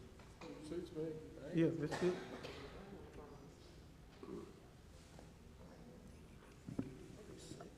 And by us adding that 50,000 in there, there's more than enough budget to cover it. So we need to increase 6 to, We need to What was increase the number? 6 to, what is it? We said it was two, I thought we said it was 4. 4, so Yeah. it's 20. 20, yeah. So 20 iPads. No laptops? Well, you still want to get laptops too. So part of this was that, and what Commissioner Henderson said was that some of the seniors having trouble applying, we want to have equipment here so we can get volunteers that can help them do rental applications, senior home repair. So we need equipment in that regard too. So you'll need some laptops too to help so that people can go out and do these applications. We already have the senior center, the local senior center here. They've got some computers, but they don't have enough. So this was another reason that precipitated that. So I'm thinking you do your iPads for your youth commissioners, and you still do your 6 laptops so that those can be used to assist the senior population and those that don't have internet access with applying for some of these benefits that we're going to be rolling out throughout the year. Go ahead. Go ahead. Thank you, Mr. Chair. I mean, I'm just thinking in my head how the youth commission is gonna go. I'm not even sure when they would even need to utilize those iPads, so it may not even need to be an expense that we incorporate. Of course, we can have them for public use, for what you were talking about. We can still utilize them for public use, but not add an additional 20 for the youth commission. I don't know what the youth commissioners will be doing, what activities they Yeah, will be doing. because they're gonna be going on field trips, and they're not gonna really If you use them. wanted to do it, there's money to do it, but if Okay. not, if you just wanted to buy the 6 and the 6 to have to be used, you could, but it's completely at the discretion of the commission, which way they want to go. Okay. So first, let's make sure we use the microphone, that way. I'm sorry. Everything, yeah. I'm sorry, I'm hijacking. You done? I'm good, thank you, You Mr. good? Chair. Yes, sir. And guys, also, when you're not speaking, please turn your mics off. The new system we got is throwing feedback into the system. Commissioner Sanders. The purpose of the youth commission is to have them become acclimated with politics. So they would actually be serving like we are. They would be looking at what we're doing, looking at policy and procedure, getting our agenda, actually giving us ideas on what the youth actually need. That's the whole purpose of a youth commissioner. So having a laptop, having an iPad is not an issue, because what if they have to look up policies and various things and have projects they need to do? And some of the kids may not have an iPad or a laptop at home, just like when they had we had to go in when they had COVID. They had to distribute laptops and stuff to the kids, and they didn't have it. And when they took it away, some of these kids don't have it at home. So I don't have a problem with that being an incentive, because it's technology and increasing education. And with that youth commission, we can give them assignments where we go discover other governments where they can utilize their laptops, their iPads within their meetings. So there's various things that could be used. We don't want to deny technology from a child ever. I don't believe in denying technology to a child and increasing their learning. And there's an alternative. If you don't do, iPads, which are rather expensive, you could do Chromebooks. Chromebooks are like $200 a piece. They can do searching on the internet, they connect to Wi-Fi, they can look at YouTube videos about civics, they can type, they have Word. So that's a cheaper alternative than buying, $1,000 iPad. So that's an alternative. Commissioner Mason. Thank you, Mr. Chair. And you may or may not be aware of this, but I have 2 high schoolers in Newton County Schools. They provide Chromebooks to them already that they can utilize. So we don't really need to purchase more when the Board of Education and the school system has already provided Chromebooks that they can take home with them every single day already. So they can utilize those Chromebooks for any additional things. They even have email addresses So even if we need to send them, they have their own individual email address, their Chromebook. So they really have all of that already anyway. Okay. Thank you, Mr. Chair. Thank you. So let's do this. So we ain't even got them situated yet. If we get them here and we need to allocate funds to purchase iPads or whatever, Chromebooks, we can do that then. Let's make sure we get, as what Commissioner Henderson was talking about earlier, let's make sure we get those computers in place so that we can make sure that the seniors who can't apply for this homeowners assistance or rental assistance, make sure they be able to apply for it. So let's stick with that first. So that's his original ask of the 6 and 6. Okay. Commissioner Henderson. Thank you. We set the people assisting seniors for their pipes who need to be fixed in their homes and in their roofs, who assist. Could we do like we normally do the insurance companies? Used to be up here, they come up here and sit up in around the horseshoe or over on the bench. And most of the time I see them, they was up in here. But could we have them placed here so that the seniors could come here or downstairs, wherever it's convenient for the citizens, the seniors to come and apply for those grants for their homes? Absolutely. And we've already been in contact with the senior center. They're helping individuals. They know how to help them with the emergency rental assistance program. They will also get trained on how to do the applications for the senior home repair. And we're hoping that we can get some volunteers from the college that would go out into the community, and for people who are shut in and can't get out, help them by filling out the application using these 6 iPads or laptops that we want to purchase for that purpose. One last thing, Mr. C, and that is when the corona was kind of up and everybody was scared and the schools were closed, and there was about 10 or 15 kids that came on those night because their parents couldn't keep them during the course of the day. He put them didn't have Chromebooks, so I had to go over and try to get the gentleman who at the school to see if he could help me find at least 2. We found 3 that we could put over there so the kids could come and use those Chromebooks, which they didn't have. So all of them didn't have Chromebooks. Or if they did, maybe they'd throw them away, who knows. But we helped as many as we could, and it kind of served its purpose. So let's do a little something. I think we should be doing more, a little something for our children, youth, and especially our seniors, who have did so much for us.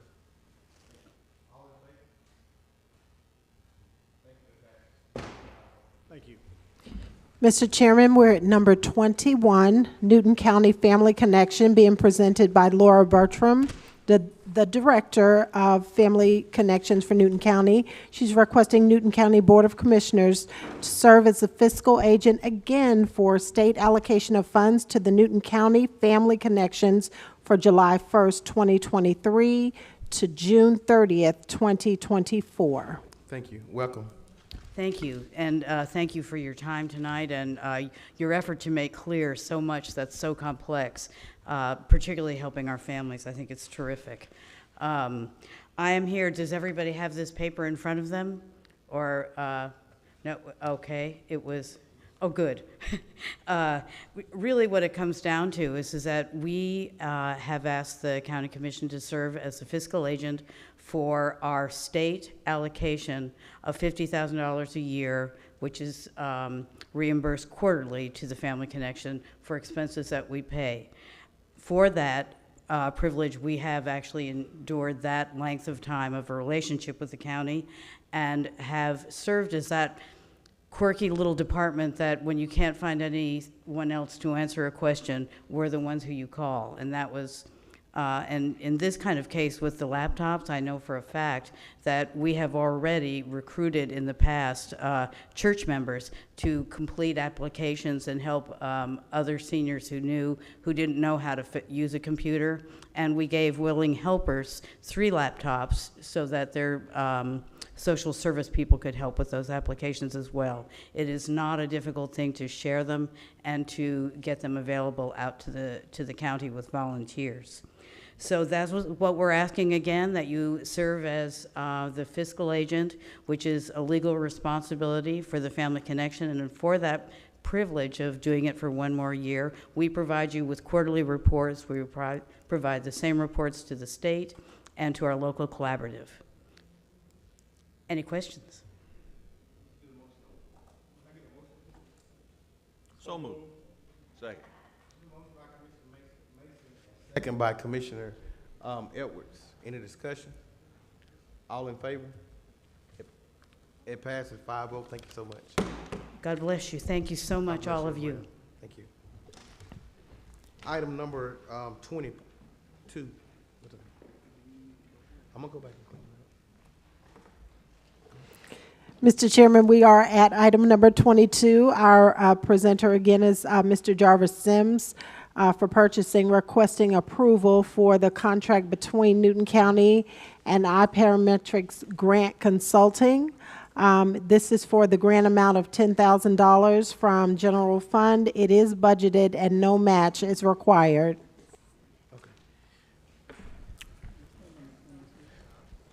Mr. Chairman, that was updated, so we've already covered that item.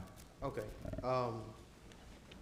Public Works approval, a contract between Newton County and Gresham Smith to reside at Newton County 18 Bridge. Mr. Chester, if you would, please come on up.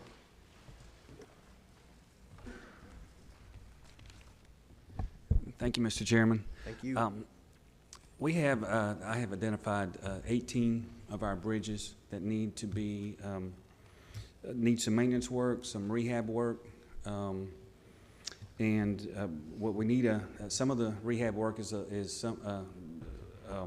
fairly complex, and we need to hire a consultant to design the work so we can bid it out and have a contractor do it.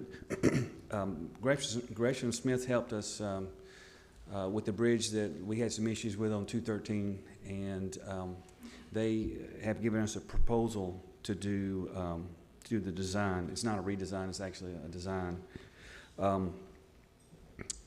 The proposal is for $313,000, and it will provide bidding documents and everything we need to go to construction. We're expecting the construction to be about $2.5 million.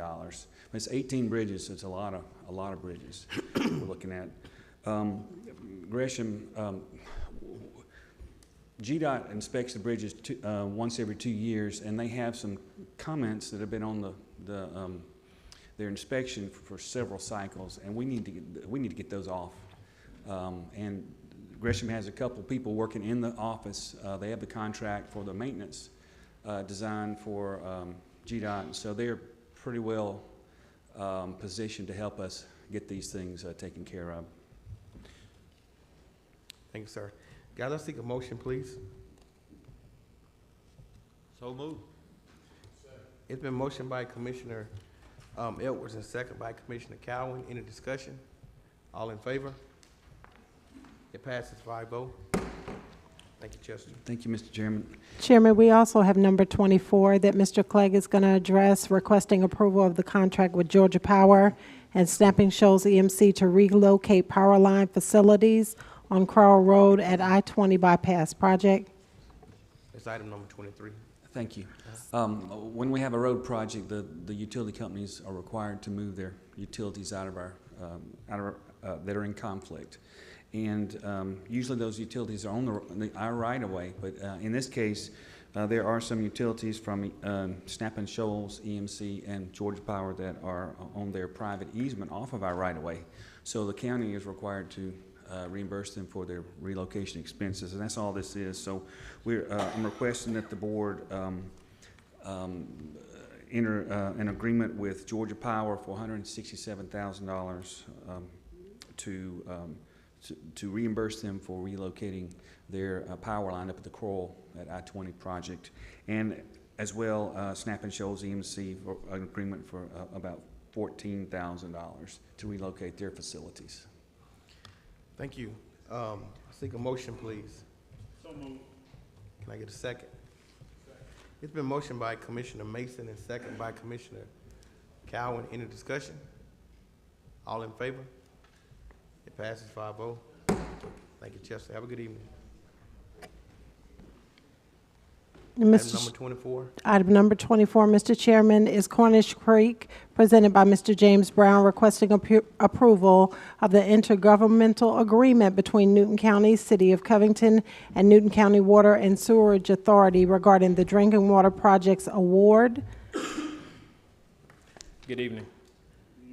We're requesting permission to enter the contract with the Water and Sewage Authority and the City of Covington for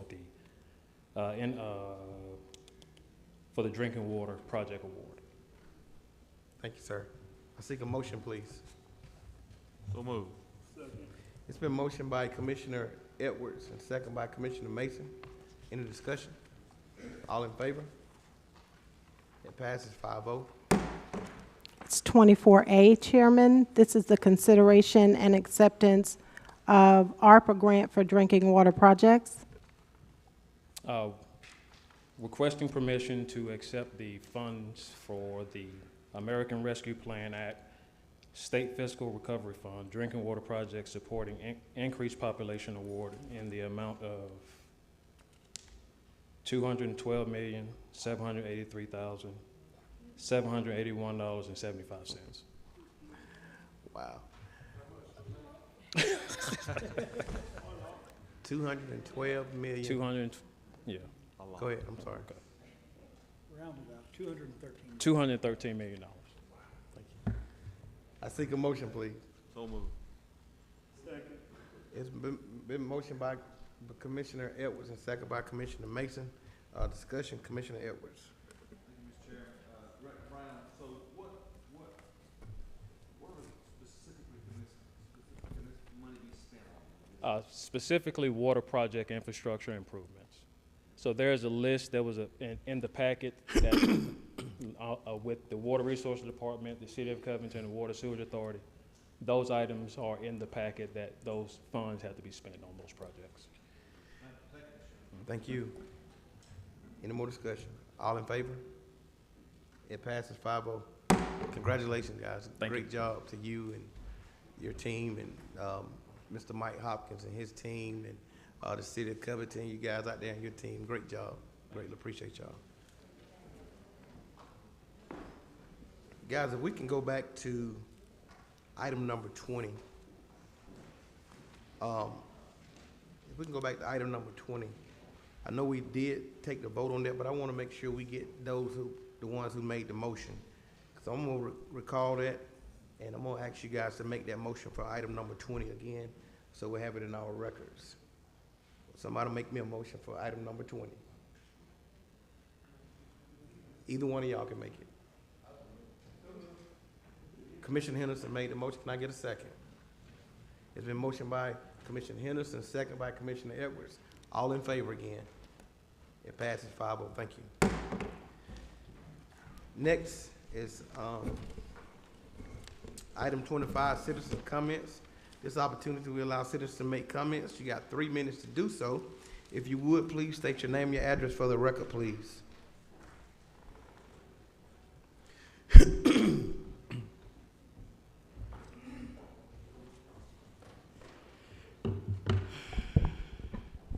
My name is Annette Alston. I am president of the Trelawney Homeowners Association. We had a meeting July 2022 with a number of planners and Commissioner Henderson about a proposal to create a community park utilizing the common area of our subdivision. We listened to the proposal and made it clear that we were not interested at that time because there were too many unanswered questions. How would we make sure our personal property was secure? What maintenance of the property? Would the Trelawney main entrance be used? Not sure the community wants the traffic from outside communities and on. None of those questions were answered, and there was no effort to have any further discussion with the community. Meantime, we find out that without our knowledge, consultation, anything, the Addison property adjoining the Trelawney property is being given to the Boys and Girls Club.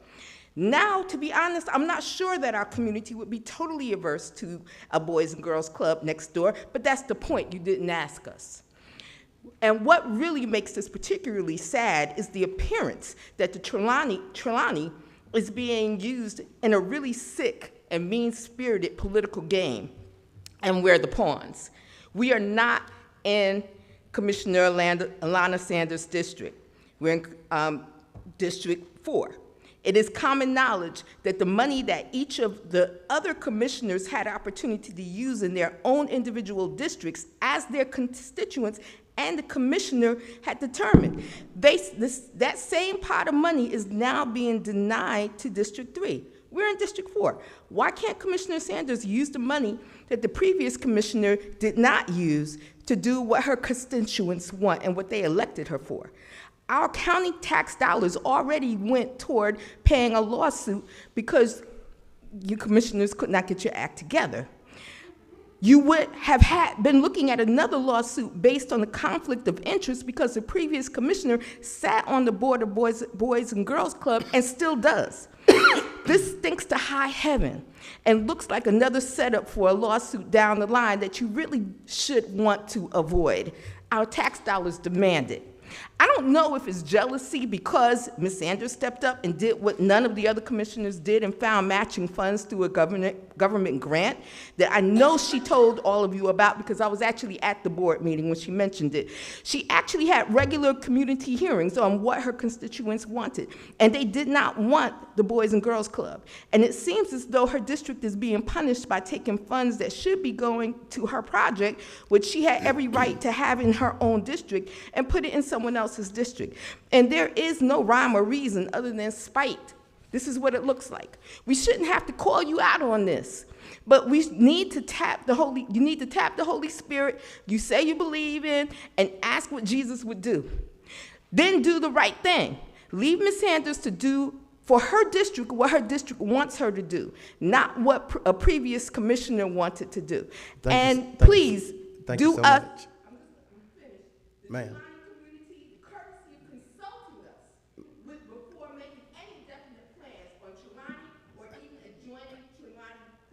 Thank you so much, man. Hey, come on, man. Thank you. Thank you. Next, please. Please state your name and your address, please. You have 3 minutes to do so. Thank you so much. My name is Johnny Stone. I live at 500 Cochran Road. I've been in this county for over 20 years. Commissioners, the average citizen that lives in this county does not deal with law enforcement. They get up, they go to work, they pay their bills. The only time is when their loved ones or close friends are taken to jail. At the present time, they are denied the right to see them by the sheriff using the lie of COVID-19. That he says COVID-19 is a major threat. All of Georgia is returned to work. I see no mask here except one. Even Piedmont Newton Hospital allows visitors. While I was waiting for the lawyer to come to the jail, I watched several jail personnel walk into the jail without a mask. And I also watched several people turned away trying to visit inmates. I know that you cannot tell the sheriff what to do, but your request to allow visitation might change his mind. Think about the effects that denying visitation has on the sheriff's department. To the loved ones of the inmates will no longer trust or want to support the hard-working and underpaid law enforcement officers. Most will not trust the justice system in this county. Why do you think defund the police and dislike of police is growing in this country? When visitation to inmates is allowed, the sheriff could make it a wonderful tool to get public support instead of treating visitors like inmates. When I first came to Newton County, an inmate could have his whole family visit him at one time. Now only one person can visit when he opens it. I took my wife before she died of cancer and was in a wheelchair to visit our son in prison. We were told that one person could visit, no exceptions. There was no way that she could roll that wheelchair down that incline at the jail to see her son.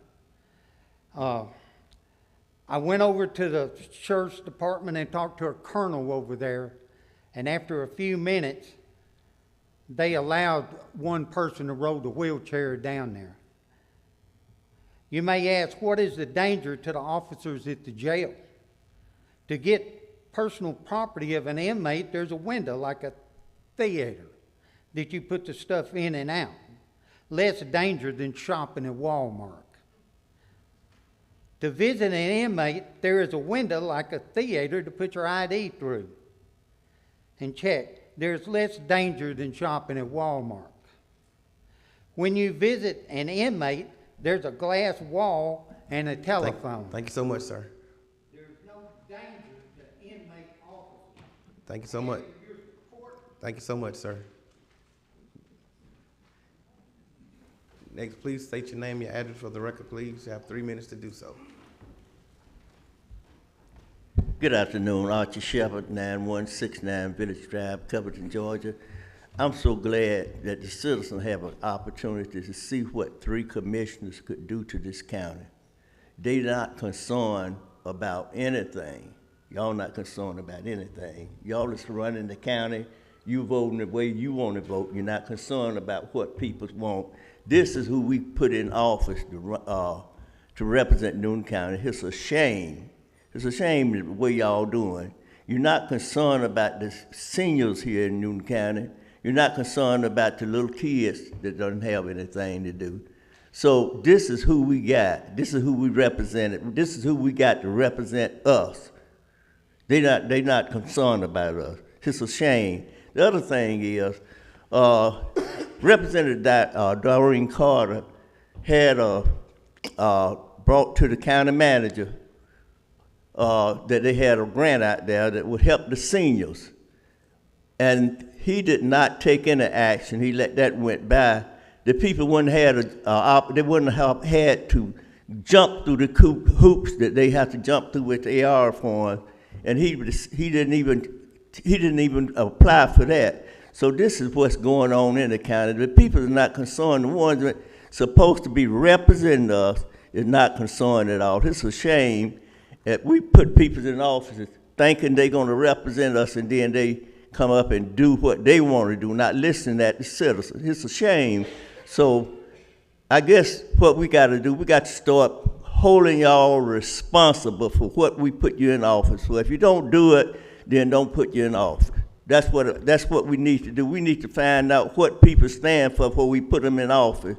And so we see now that y'all are not concerned about us. You're not concerned about the citizens. You're going to do what you want to do anyway.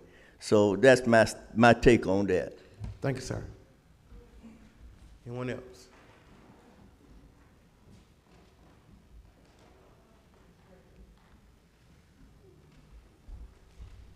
Good evening. Good evening. Thank you for staying so late with us. I'm Vicki Mills, a 30-year resident of Newton County, and I'm a member of a group that has formed a watchdog group. We would like to keep oversight of what our Board of Commissioners are doing for us as residents of the county. We appreciate the hard work.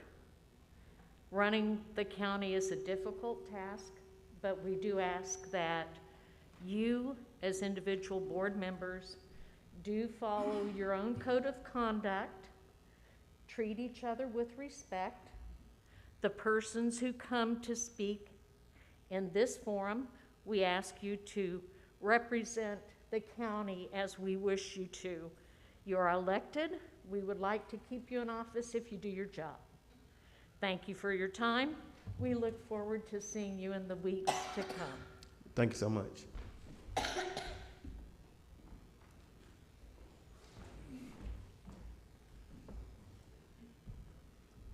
Good afternoon. Good Glenn evening. McClendon, 190 Five Tower Road.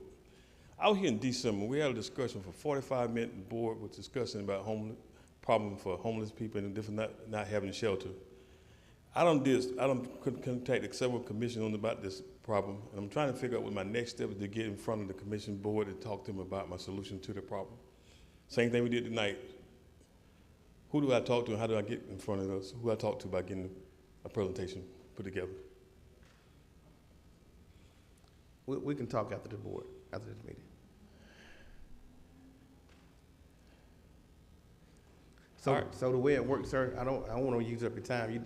You finished? No, I'm fine. That's my only point I So got. the way it works, we don't respond. We'll talk to you after the board meeting. You can approach your commissioner or your chair or whoever you would like to speak with. But that's not a solution to the problem. That's just one person. I can't get all y'all at one time. Oh, catch me, catch him, catch him. How can I do that? Why can't we have a uniform meeting that we can sit down and talk about a solution for a problem that we facing day to day? Yeah, I mean, makes sense, don't it? I'm sorry. Make a lot of sense. That's all I'm saying. That's all I'm asking. I ain't asking somebody to give me nothing. I don't need nothing. I ask for someone to give me some time to talk about the people. The gentleman just spoke a minute ago. We're here y'all are here to help them. It's a solution, but nobody want to listen to it. Nobody want to give the time and even present it. That's the problem. That don't make sense to none of us. Not me anyway. So what we gonna do? Tell me what we gonna do next. I need to talk to my commissioner to tell me to get me up in front of you guys. Again, if you want to, I can speak to you after this meeting is over with. I mean, we're gonna go back and forth in your 3 No, minutes. we're not going back and forth. Okay. I'm gonna wait till you get out and talk to you. Then if it don't come back, I'll be back. I ain't going nowhere. I thank you. Appreciate you. I know where you. I know where My name is Joseph Reed. I live 10109 Village Drive, Covington. I've been in this community all my life. I got a lot of family here. They did a lot of great things for this community, and and the need for that third district on what this young lady trying to do is very vital that we do it. You know, I've been in business for 20 years. You know, and I hear people talking about business license and stuff, and the struggles that I have had with trying to keep my business going, you know, has been tough. You know, so it ain't that the business license, but, you know, my question is, why can't we help this whole community? Why we can't put the money in the whole community? Why we gotta take the money and put it in half of the community and leave the other half of the community hungry? Y'all talk about Nelson Heights, that's where I growed up at. I remember being hungry out there. You know what I mean? So why we can't put this money in these communities and quit fighting? Anyone else?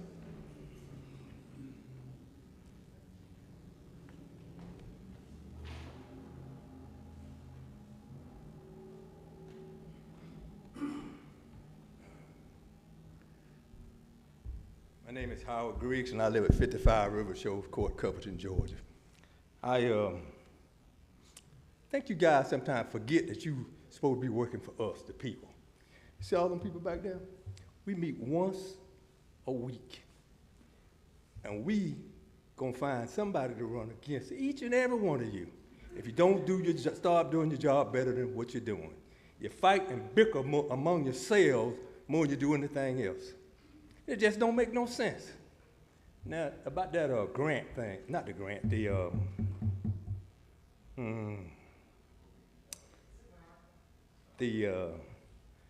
well, this gentleman was talking about the thing you contracted out to, you're gonna send it out on the grant writer. Mr. Mason over there, like he didn't know that the other party were gonna contract it out to somebody else, and then I don't think Ms. Sanders knew either. So my question when I was sitting back there, I said, if he didn't know, she didn't know, did the rest of y'all know that? And he said they. As long as I've been working here, a lot of people use the word they and them. I be trying to figure out who is they and them. I never seen them before. I've been trying to meet they and them all my life. But if you got it, somebody can write a grant or whatever, use them. Work with her, she might be able to teach you something. So that's all I got to say. Well, we gonna vote you out. Thank you, sir. Mark my word. Anyone else?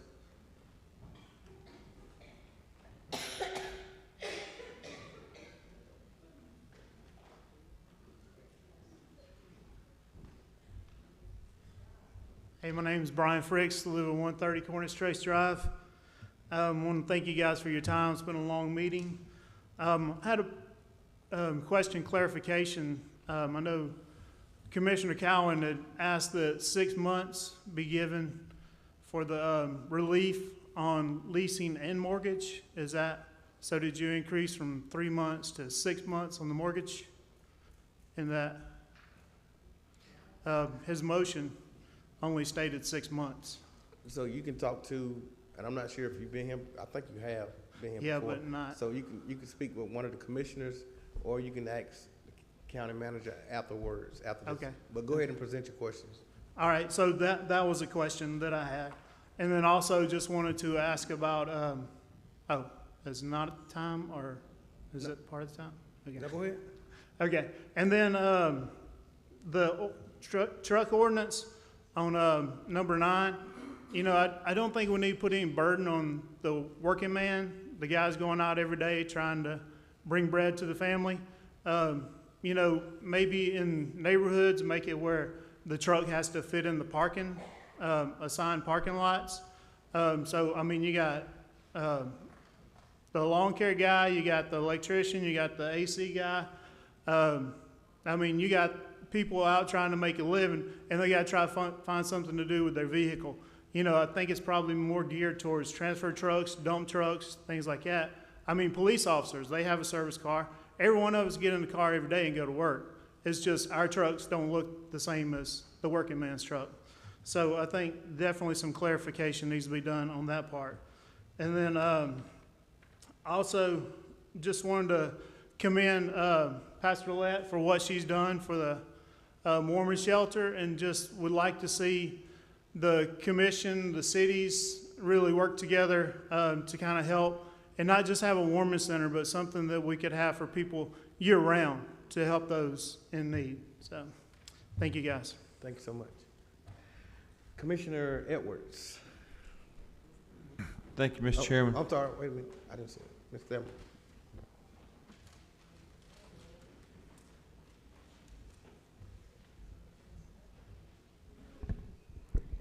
Good afternoon. My name is Delma Starnall. I live at 3163 Stone Mountain Street.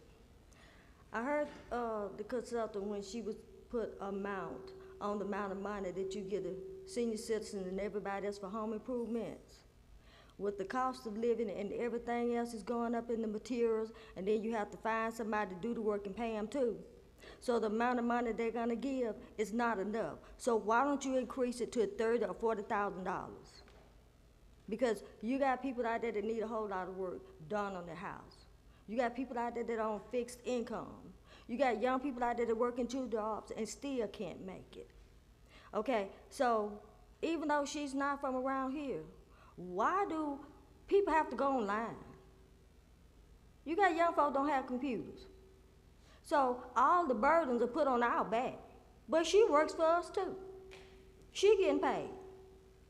So why can't y'all hire somebody or get somebody to come in here 5 days a week, Monday through Friday, and help people? Because like I said, we elected y'all. And if all we gonna do is sit up here and argue, we can do this ourselves. Everybody else getting paid, but we getting left outdoors in the cold. So that's why we gonna be in the homeless shelter too. And for you, Mr. Man, Jarvis, I don't mean to disrespect you or anything like that, but a lot of people told me that they had been calling you. So how often do you work from home, or how often do you work from here? And I know y'all can't answer me, and you know, I think that y'all need to set some better guidelines, because when y'all run for office, y'all come, y'all knock on your door, y'all call. But when y'all want us to vote for y'all to put y'all in them seats, we don't have to get permission from nobody else. Y'all can talk to us then. But when you come in this meeting, it's a whole entire different story. Y'all like y'all ignore us like we ain't nobody. God made us all. So y'all need to start treating us better than what y'all treat us. Because y'all need us, we don't need y'all. Because we vote for y'all, we give y'all those seats. And so the lady need to do a better job, because like I said, she getting paid, well, a lot of folks ain't getting no money. And if we gotta wait half of a year to get something done on our house, then we all in trouble. Y'all may not need the money, but we do. And thank y'all. Mr. Edwards. Thank you, Mr. Chairman. I look forward to hear the discussion and the recommendations on the truck and the driveway stuff. I want to say congratulations to Brittany and her organization. We have a lot of fine organizations, but tonight was a highlight of what her organization does and the teamwork they exhibit. Much appreciation to those folks, and much appreciation. And we have to have a special night, I believe, Mr. Chairman, for for our public works department when this storm cleanup is all over. We definitely will. Thank you, Mr. Chairman. Commissioner Mason. Commissioner Sanders. The past recent week has been a very interesting week. I was accused of being the chairman. I was told I forged documents and all this great and wonderful stuff.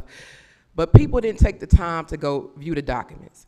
I even was told, ask for open records, and then came back and said, I'm just gonna go through your emails and give me your county phone. All various things.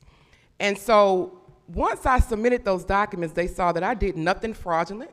I was here to help a community. I saw a need that we have not been meeting in this county. So I was here to help a community where we were awarded a $4 million grant from HUD, passed through Congress. And we made a huge ruckus over funding that could have been given to the community. Yes, I take the responsibility of not coming before my colleagues. I take that responsibility. But that grant was sent to everyone to apply. And yes, there is a policy, and I take that responsibility, and I will not do that again. But to try to put me out there as though I stole something, or I'm trying to receive $4 million, or I'm trying to act like I'm the chairman of this county, no, I am a Commissioner Elena Sanders. And I acted as a public servant in this county to be able to supply funding for our community. Tonight was very disheartening, but it will not shut me up. All you did was increase the fight inside of me. That's who I am, I'm a fighter. You increase the fight inside of me, where I'll make sure that everything in this county for our kids, our youth, everybody that needs something done is gonna be done. As you can see, since I've been in office, I've been working.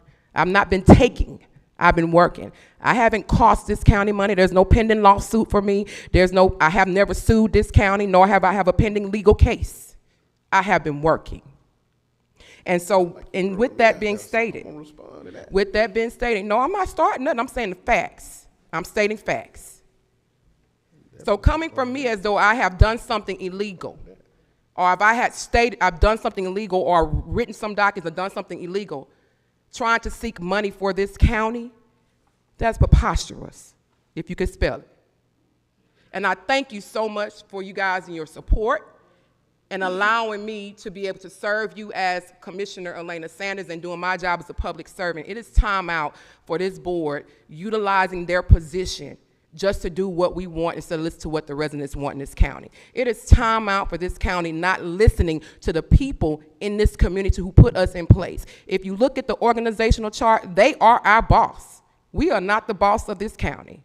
And again, you haven't shut me up. You just elevated the fight.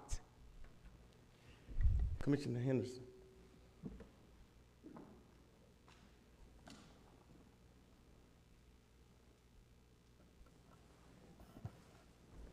Thank you, Mr. Chairman. You know, I just want to begin just by saying this is Black History Month. And Black History Month, when I think about it, you know, sometimes when I at first was an adolescent, I would come up to the, it wasn't the Horseshoe up here, but across the street at the old Kroger, and I would visit the meetings. And when I visited the meeting, there were no people of color up there. And by 1975, Reverend Harold Carp, he was the first Black commissioner. And, you know, and I said, man, we always made it. You know, and there was a little difference. And then there was Alfred Cook, and then now it's myself. And I was a young man a long time ago, now I'm the old man. All I had ever wanted was for me and I guess for the community that I serve and being raised up here in Newton County was just to be treated right. I never asked for too much. I never asked for anything. Everything that I wanted, I would work for it in order to get it or do the best that I could. And it happened. I was successful in helping with more parks than anything. But it seems to me now we're going backwards. It seems that when we can get people to come out and say, well, you know, I'm gonna start taking my children to a plantation, and they never even know the history of a plantation. They didn't know, I guess because they're younger than me, That's what they did in plantations. And then thank for us to be the only county in 159 counties that support a plantation, funded through general fund, right at $300,000. And the little bit of money they was giving Nelson Hike and Watt Street, about $40,000. I never thought it would that much.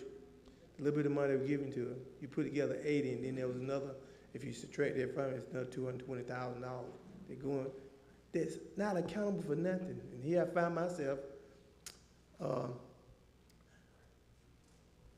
going back again. They take me back into a forensic audit that was did 4 years ago, an audit. Asked me all kind of papers and stuff, and so I said, well, what y'all mean, where am I on audit? I said, my son Anthony is over our 501c3 for Nelson Hike Community Services. And he told me, he said, well, no, he said, you over it. And I looked at the letter of engagement, and it said, J.C. Henderson, the president of Nelson Hike Community Center. And I pulled a record. I said, maybe I missed something past 4 or 5 years. And I pulled a record from the state and said that Anthony Henderson was over it. And for 9 months, from August, they were investigating me for Nelson Heights when I shouldn't be. But I tell you what I told them, you better take my name off of it. Because if you don't, we ain't got no insurance, you better have some. Cause I'm gonna sue the county for y'all putting my name on something it shouldn't be on. I'm tired of them beating up on me for no reason at all, and I hadn't did nothing. I'm tired of them trying to make my name look bad, and the only thing I did was work hard for this commission. Most of the black folks up here wouldn't have been up here if it hadn't been for our leaders doing Black History Month, like Forrest Sawyer, like Harold Cobb and others, like Fleming Pitts, and several others, like Mr. Johnson, and all the school teachers who worked hard and marched, and some of them died just to give us the right to be up here. And this is what you do to us.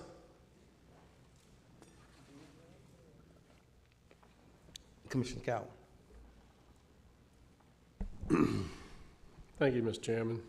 It's been an interesting meeting tonight.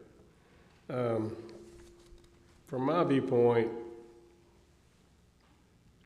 as far as the West Side Youth Center, we looked at some property off of Brown Bridge Road, and we actually made an offer, or actually we had an appraisal of that property.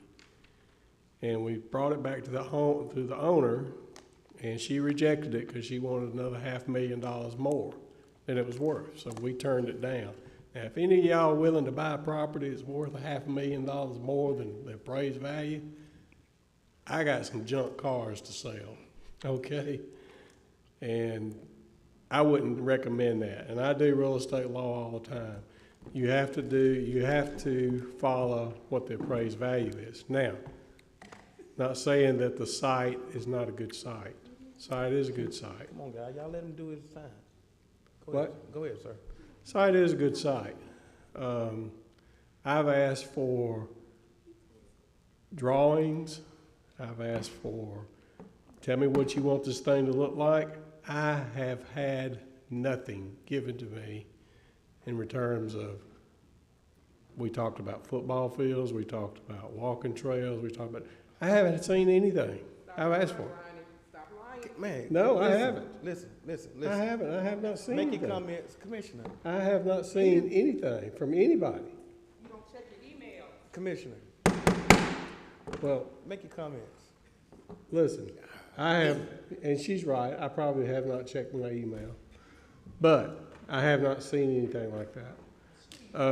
I wish that somebody would just hand me a piece of paper and give it to me rather than send it on an email. All right. That project, though, is, and then the Addison property, whatever that is, that came up near, I think it was last year. We turned it down and it came back up. He wanted to give it to the county. Hey, I'm one, if you want to give us something, we ain't got to buy nothing, we'll take it. And it backs up to additional property that the county already owns. Now, that being said, I'm not saying that anybody's done anything wrong whatsoever. I don't think the property that buying it at that $500,000 inflated price was reasonable. So we should have done something better on that. But I will say, and I do agree with Commissioner Sanders, it's not a bad piece of property. As far as the truck ordinance, we're working on that. We were not trying to have an impact on people who are working out of their homes for with their businesses, and hopefully that'll get done. As far as Gaithers, and I know Commissioner Henderson has left, I did some title work, and that's what I do. I do title work. Check that a little bit. That property for 30 years was known as Myrtle Creek Farms. Prior to that, it was known as the Gaither House. I never could find anything in the record where it was called a plantation. It wasn't called a plantation until the county bought it, which is insane to me. But it was bought for the purposes of. Thank you, sir. Let me just finish this one. Let me just finish this thought. Sir. It was bought for the purpose of stopping Gwinnett County from putting a spray field next to the reservoir. Thank you, sir. Thank you. Commissioner, I seek a motion that we adjourn, please. Thank you. We stand adjourned.